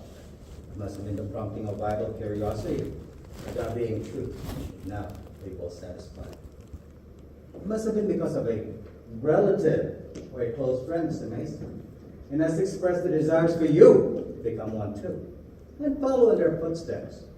That being true, it is not only an honor to yourself, but an honor to fraternity as well. For my brother, in Mason's lodge with darkened eyes, with cable to about me, I swear to hail all districts that Masons prize and Masons keep. All secrets whispered low. All words they speak, all things they do, in this counted copy. On yonder book, that all I took. Will I break it? Never. Stand by this, and this, and this, forever and forever. I swear to answer and obey all summons sent me duly, by brother's hand or lodge array. I swear I'll never stray from the ancient laws and rules that bound Freemason and days to now, but will observe them truly. On yonder book, that oath I took. Will I break them? Never. But stand by this, and this, and this, forever and forever. I swear to lead with generous care all those in sorrow hidden, a brother on the darkened square, the mourners with disheveled hair, the orphans doomed, alas, to stray, upon a rough and rugged way, while tears gush forth unbidden. And guess what? On yonder book, that oath I took. Will I break them? Never. Stand by this, and this, and this, forever and forever. I swear to deal in honesty with each true heart around me, that honor pride should ever be, unbroken bond to win him or me. No wrong, no guilt, no cruel fraud should ever break that sacred cord by which my vows have bound me. On yonder book, that oath I took. Will I break them? Never. Stand by this, and this, and this, forever and forever. I swore the portals close to guard of the Masonic temple, to rid the quarries of their law, to build each mystic walls across, with body perfect, upright heart, and mind mature in moral laws, in precepts and in examples. Guess what? On yonder book, that oath I took. Will I break it? Never. Stand by this, and this, and this, forever and forever. As for the chastity close to God of Mason's widow, wife or child, his mother or sister undefiled, to them I pledge a brother's love. By him who rules the lodge above, to be a true defender. On yonder book, that oath I took. Will I break it? Never. Stand by this, and this, and this. My brother Jacob, these are your vows. Be they your cares, and may such aid be given, in answer to your earnest prayers, that you may ever do or dare all that God's gracious laws enjoin, so that when evening shades decline, you may be found in heaven. Bear with me. On yonder book, that oath I took. Will I break them? Never. Stand by this, and this, and this, forever. Congratulations.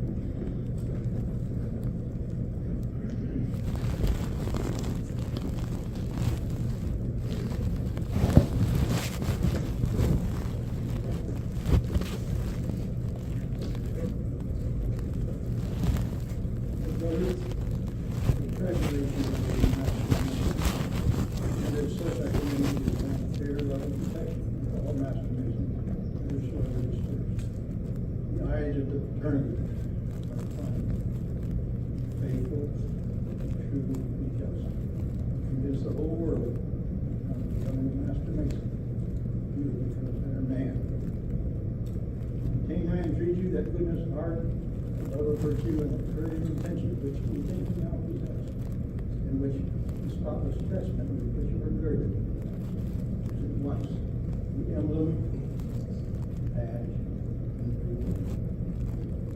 Nothing now remains to constitute you a member of Memorial Lodge number 31, free and accepted Mason, state of Arizona. You inherit the Secretary of State, and sign the bylaws. Subject to you this burden and responsibility.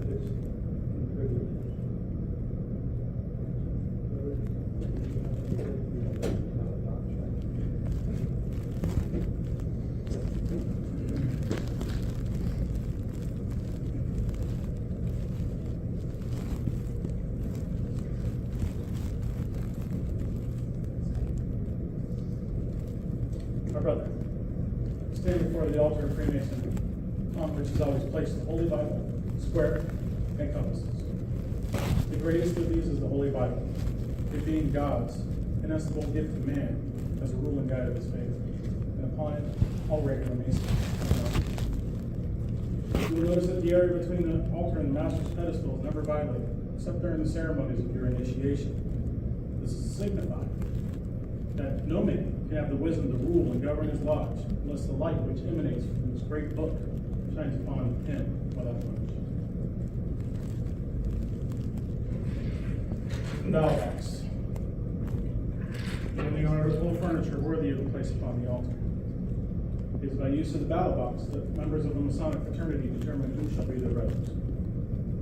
Balloting is a serious duty, one you should learn to do with absolute correctness and complete understanding. Balloting is done by approaching the altar, giving the due guard, and sign of the appropriate degree. By selecting a white ball or a black cube, pushing it through an aperture, whence it will fall into a secret compartment. Thus you are reminded to make known or to discuss your ballot as a Masonic. The ballot box is not a place to exercise a personal quarrel, a petty grudge, or private pique. You alone determine the qualifications of the candidate. Bearing in mind that the Masonic fraternity is not an institution of making inferior men good, rather, an institution of making good men better. Should there be any doubt in your mind regarding the qualifications of the candidate, you will give your knowledge to the benefit of the doubt. Cast a negative vote. Remember that one man can do the fraternity more harm than 100 good men can overcome. So cast your ballot without fear, favor, or prejudice. Remember that white balls are left. And all it takes is one black ball, Q, to reject. Look well to your ballot. Vote for the good news.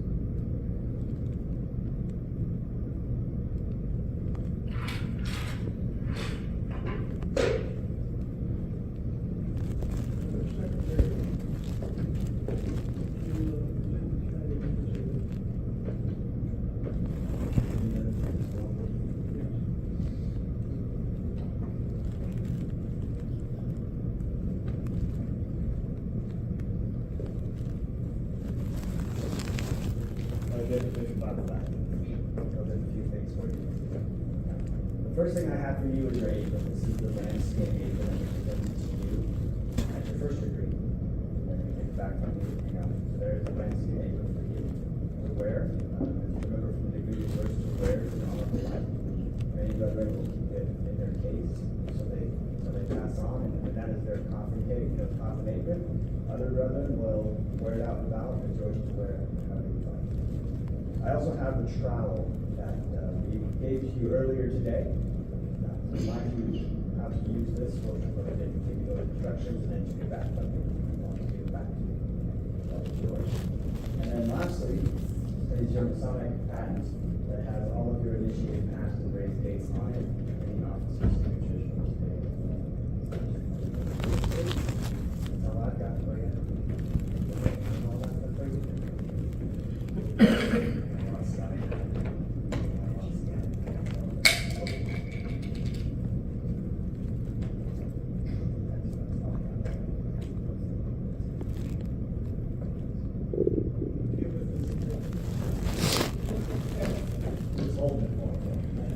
Are there any other presentations to be made this evening?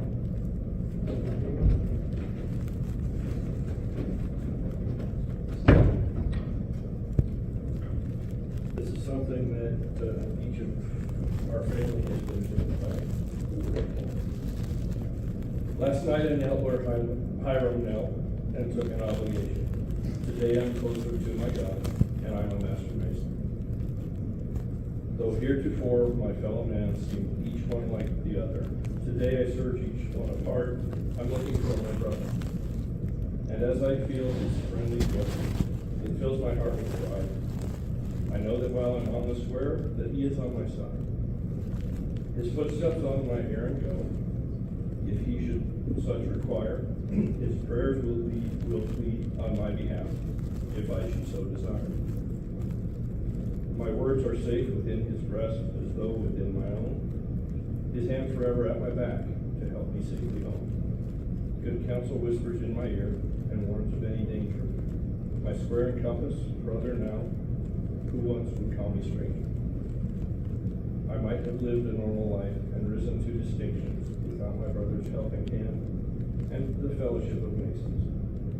But God, who knows how hard it is to resist life's temptation, knows why I know where Hiram knelt and took an obligation.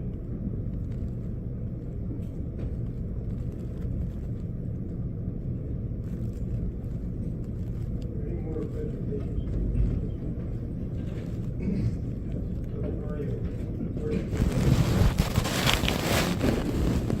Well, congratulations, brother. And I hope you're going to be very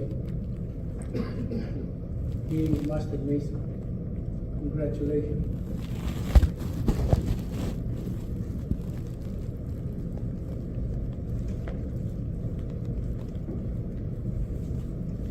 Brother Jacob, for the last few months, going through a lot. This time, is there anything you'd like to say? You're on deck. I'd like to thank all the brothers here at this lodge. From day one, meeting every one of you, I felt something special, more so than just being a stranger. I'm just looking forward to getting to know all of you better. Thank you to my Kermack clan for all the support through this time, and hope I made you proud. And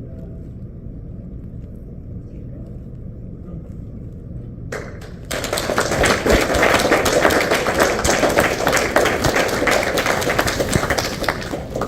You will now be seated among the brethren.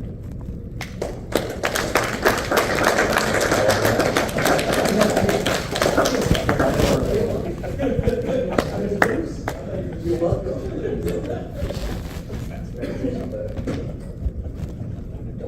It's getting late, but I want to take a couple of liberties. I'd like to ask all of the brothers that took part in the retreat tonight to stand, please.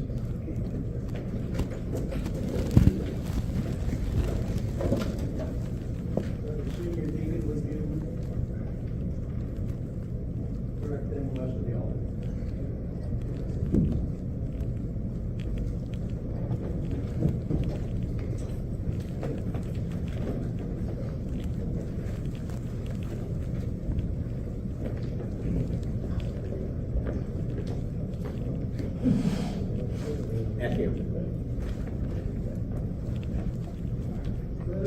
the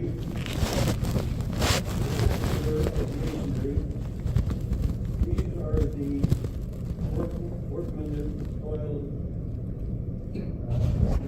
tonight. He didn't just toil tonight, they toiled in the past. They memorized their work. Mario did a fantastic job on the lecture, and I believe every one of these brothers should be congratulated. For Jacob's sake, brethren, I would like each one of you to tell them your name, what part you might have played in tonight's drama. Starting with you, Brother Jacob?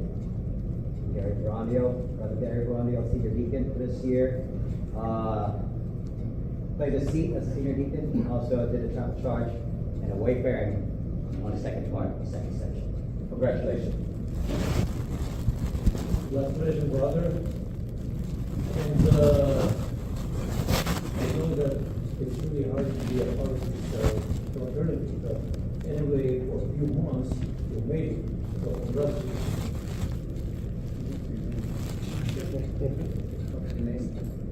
My name is Monty. And the Marshal of the Lot.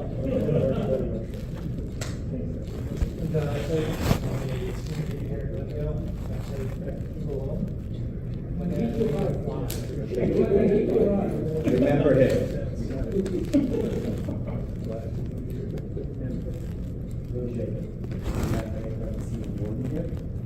And I played the third program. Jacob, was mostly senior deacon here a lot, officially graduate, and demanded the seat of Master Mason. Jacob, I'm a virtual master of Glendale 23, and I played Hiram King Fire in the funny suit, and you do the job box. Right. Russ Nichols, Telegraph 1, and the senior deacon in the second section.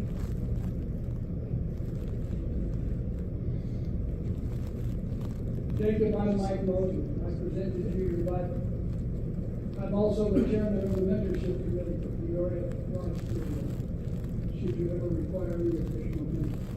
So it looks like you've got a pretty well covered.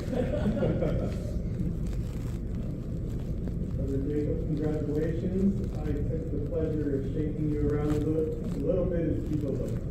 Second one. David Aguayo, I'm the treasurer of Peoria Launch. Brother Jacob, or you my great sitting master of Peoria Land. I did a little bit more during your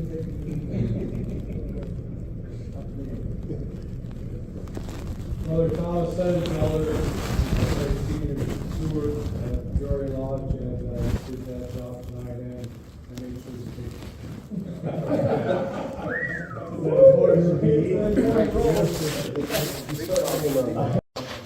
That's the name. Thank you. Jacob Matthew Acosta, junior warden. Played the junior warden tonight. You get to see my second go around in a minute. Junior warden. Yeah, yes, that's all he asked for was today.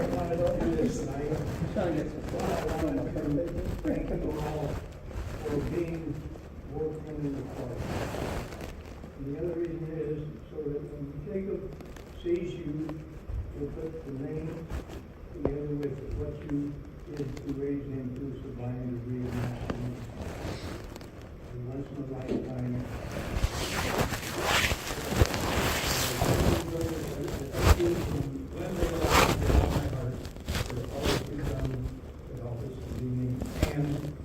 Through all our troubles since the fire, and before that.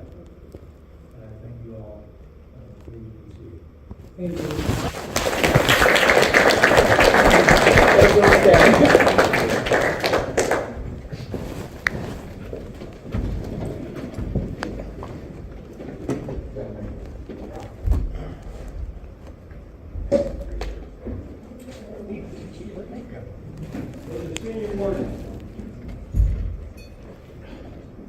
anything further to be brought before this lodge of Master Masons before we close?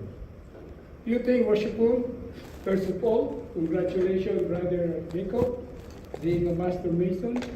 Also, I would like to thank from the bottom of my heart for the Glendale Lodge for accepting us to be here to do the third degree, and the people who prepared the food.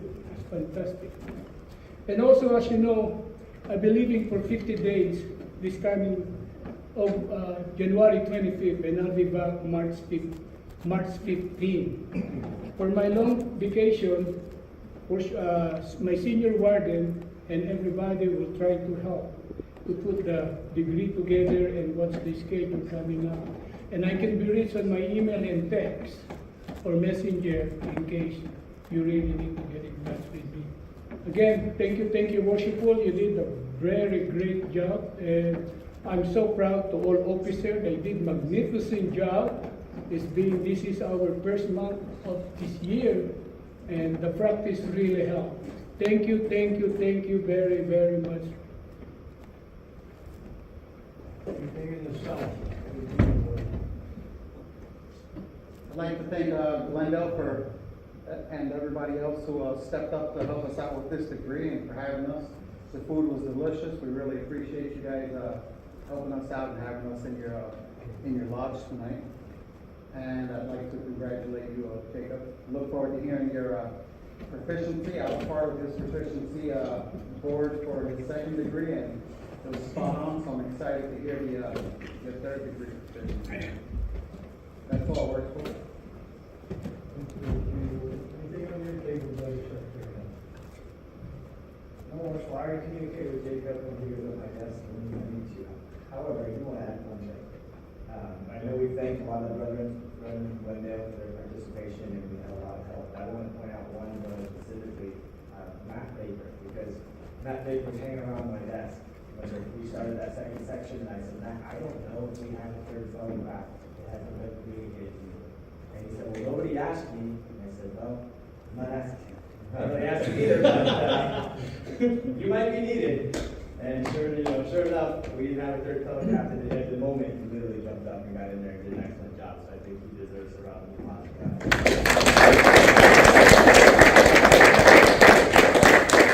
That is all I've got. Do you have a schedule of upcoming meetings or? I believe, Boris will correct me if I'm wrong, next week I know is a second degree here. The following week I believe is education at Scottish Rite. Yes. And then the following week after that will be our February state meeting. State meeting. All degree gonna be done in Scottish Rite except third degree here. Second degree, starting next month, we'll start doing the second degree in the Scottish Rite. I will bring the 2 filler from the storage and take it to Scottish Rite this coming Thursday. Does any brother anything to offer for the good of masonry in general, or this lodge in particular? Worship and Master, on our calendar for this Saturday, I believe we have ritual club meeting. Is that still on that? Not sure. Are you going to have it on Saturday? I'm gonna have a ritual club meeting on Saturday at 9 o'clock at Scottish Rite. No, is that where am I gonna do it?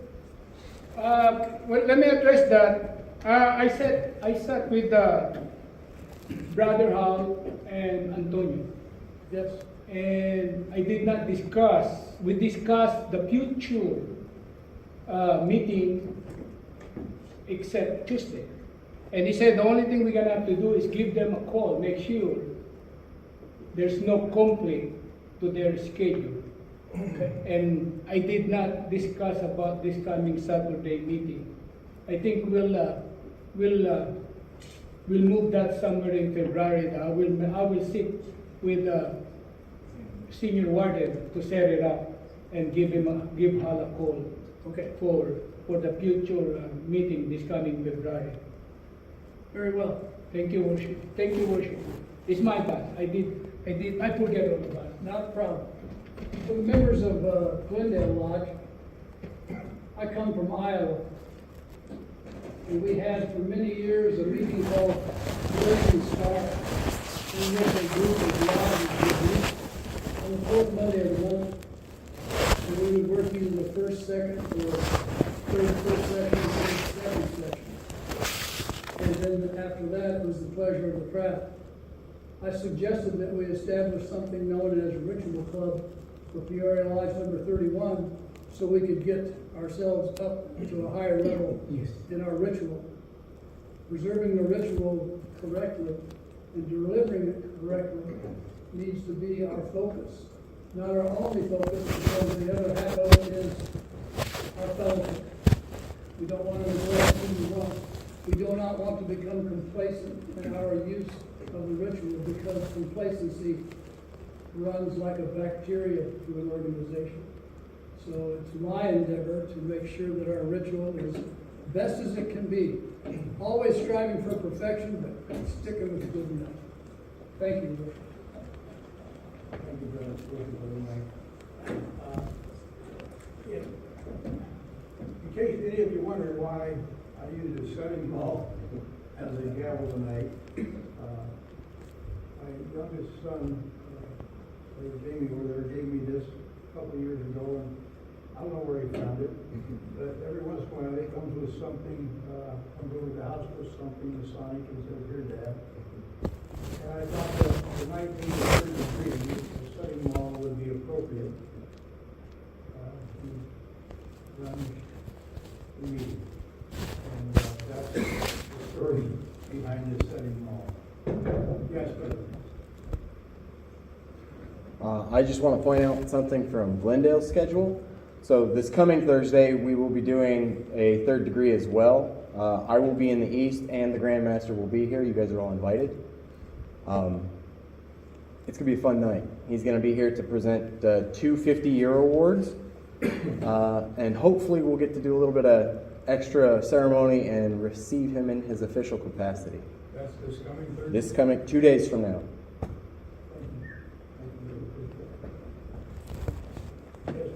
First of all, may I address the brother? Congratulations, Brother Jacob. You're invited to the 3rd degree tonight's now.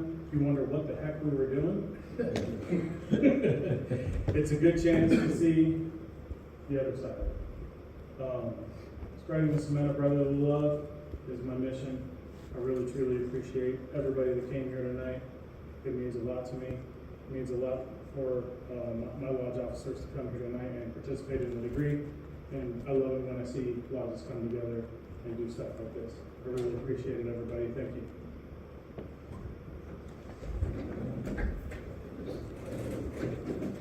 Yes. Worshipful Master, hopefully you enjoyed it tonight.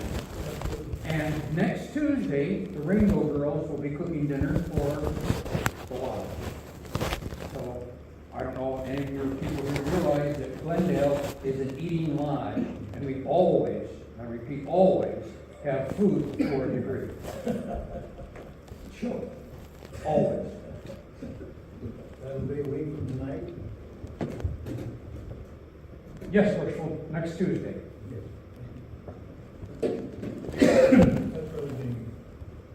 I'd like to welcome, congratulate and welcome Jacob. I'd like to thank everybody for what they did tonight.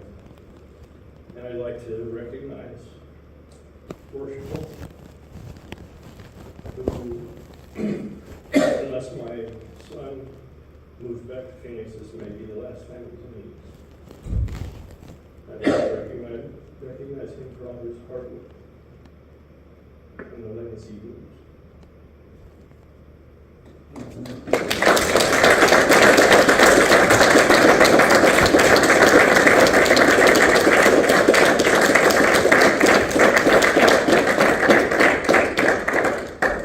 It does get a little tougher every time, but I've still got one more grandson. So I'm not going to count myself out yet, but it might take a little more. How old is that grandson? That grandson is how old is he? 22. Already? 22, he'll be graduating from Humboldt University this May, and he'll be back in the valley. So May. we'll see if that comes down the pipe. the junior team. The last as well as the first and most important care of live Masons and convened. See that the lodge is tiled, worshipful. Perform that duty and enforce the title that I'm about to close this lodge of Master Masons and direct him to title accordingly.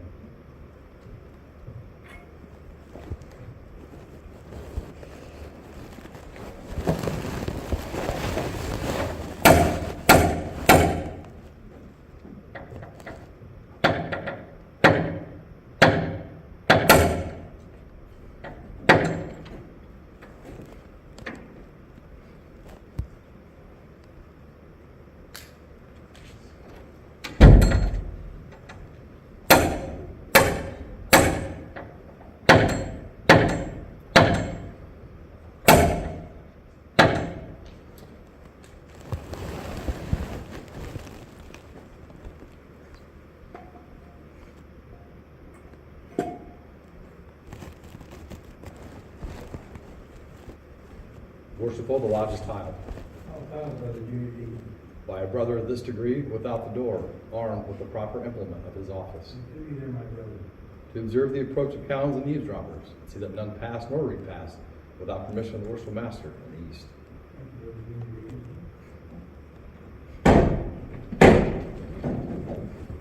Brother Senior Warden, at the opening of this lodge, you informed me that you were a Master Mason, within the body of the just and legally constituted lodge of Master Mason. How many composed at the lodge? 3 or more. 3 or more, worshipful. But 3, of whom does it consist? Of the worshipful master, senior and junior warden. The junior warden station. In the south, worshipful. Duty in the south, for the junior warden. As the sun in the south at meridian height is the beauty and glory of the day, so stands the junior warden in the south, the better to observe the time. To call it that from labor to refreshment, and refreshment to labor again, at the will and pleasure of the Lord. In the west.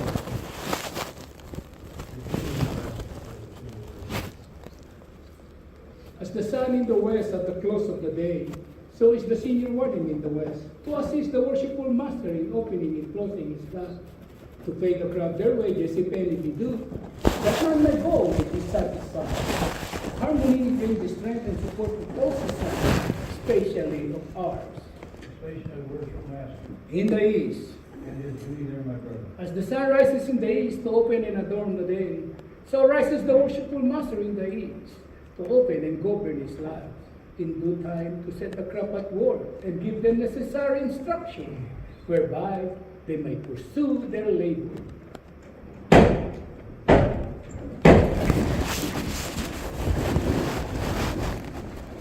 Senior warden. The other side. I have West and west. from west to east and east to west again, What were you in search? what it was lost, What you live, my brother. the secret of Master Mason. Have you those secrets? I have them not, but I have the certitude, therefore, in the opening of this lodge, which accompanied by its dugan and sign, was by your order to be sent to the east through the deacon only. The senior warden, it is my will and pleasure that the substitute for the ancient master's word be sent down to the west. Brother deacons, attend the east.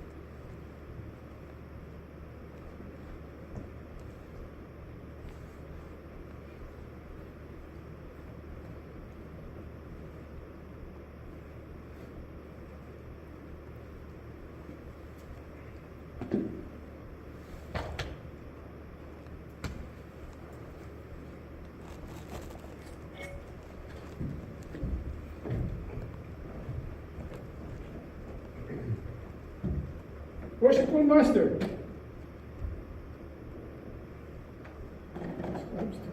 the substitute for the Asia Award, accompanied by slogan and sign, has come down to the west to the beacon correctly. It is therefore safely deposited until it called for. Brother, before we close, I've got one little story I've got to share with you about Jacob.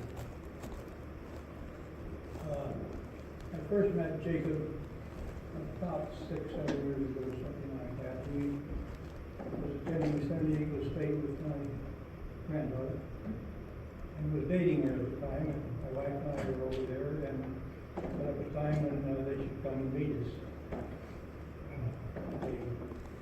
Spaghetti restaurant pizza parlor down on Harvard Drive.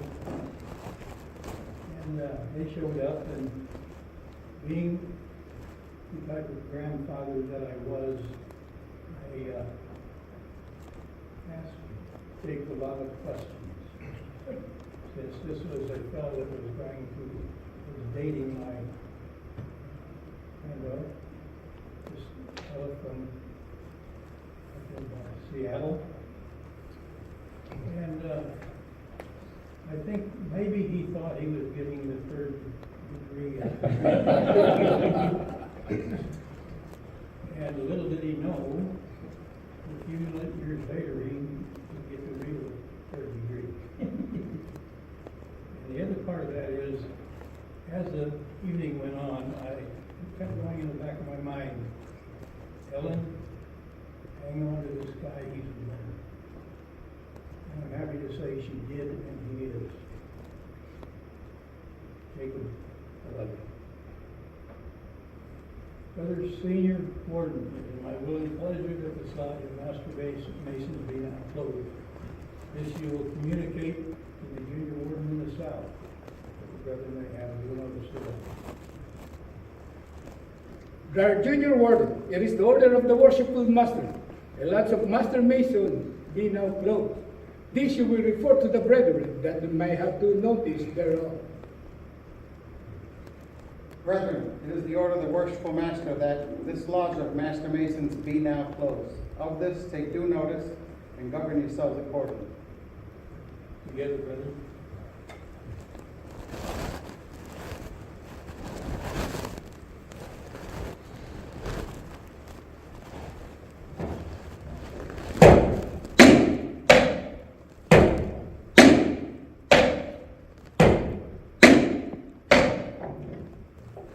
Supreme Grand Master, ruler of heaven and earth.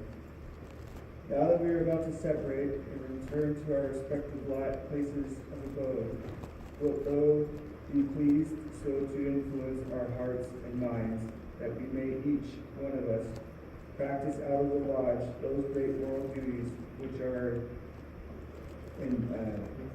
inculcated in it, and with reverence study and obey the laws which thou hast given us in thy holy word. Amen. So may be. Senior Warden, how should Masons meet? At the level, Worshipful. I'll act for the Junior Warden. By the plumb, Worshipful. And part, my brethren, plumb is clear. So should we ever meet, act, and part. May the blessings of heaven rest upon us and all the regular nations. May brotherly love prevail in every moral and social virtue. Cement us. Amen. So may be. So the deacons attend the altar.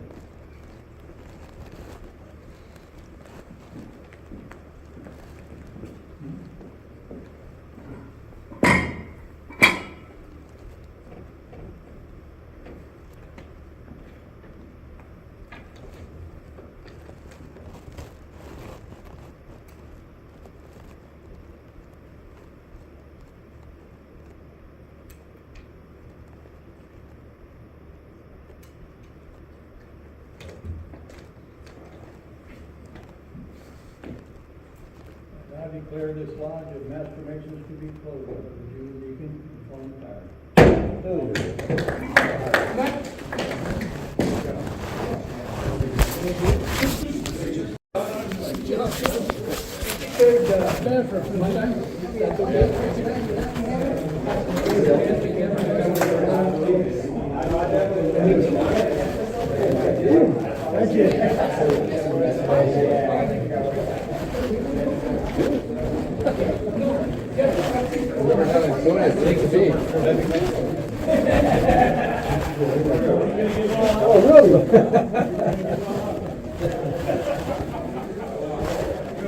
Remember when I went to Royal Arch? I was so excited to go in the first meeting.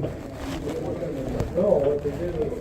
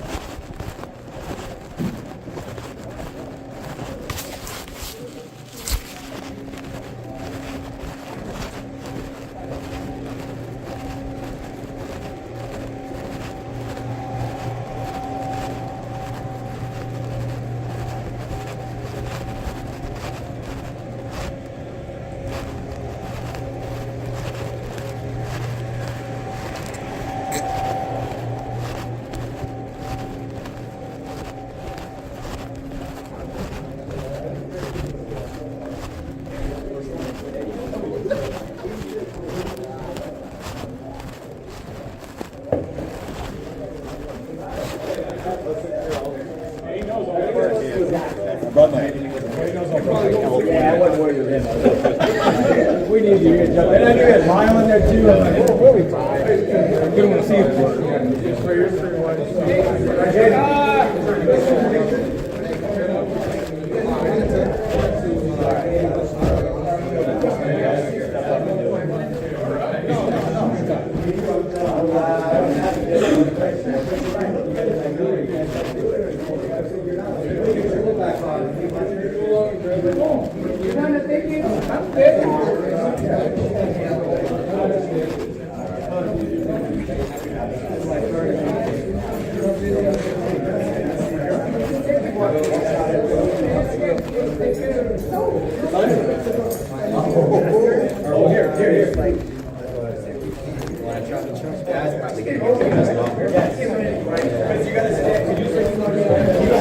Yes, thank you for having me. It's good to be here. Tuesday we'll be here, I guess. Yeah.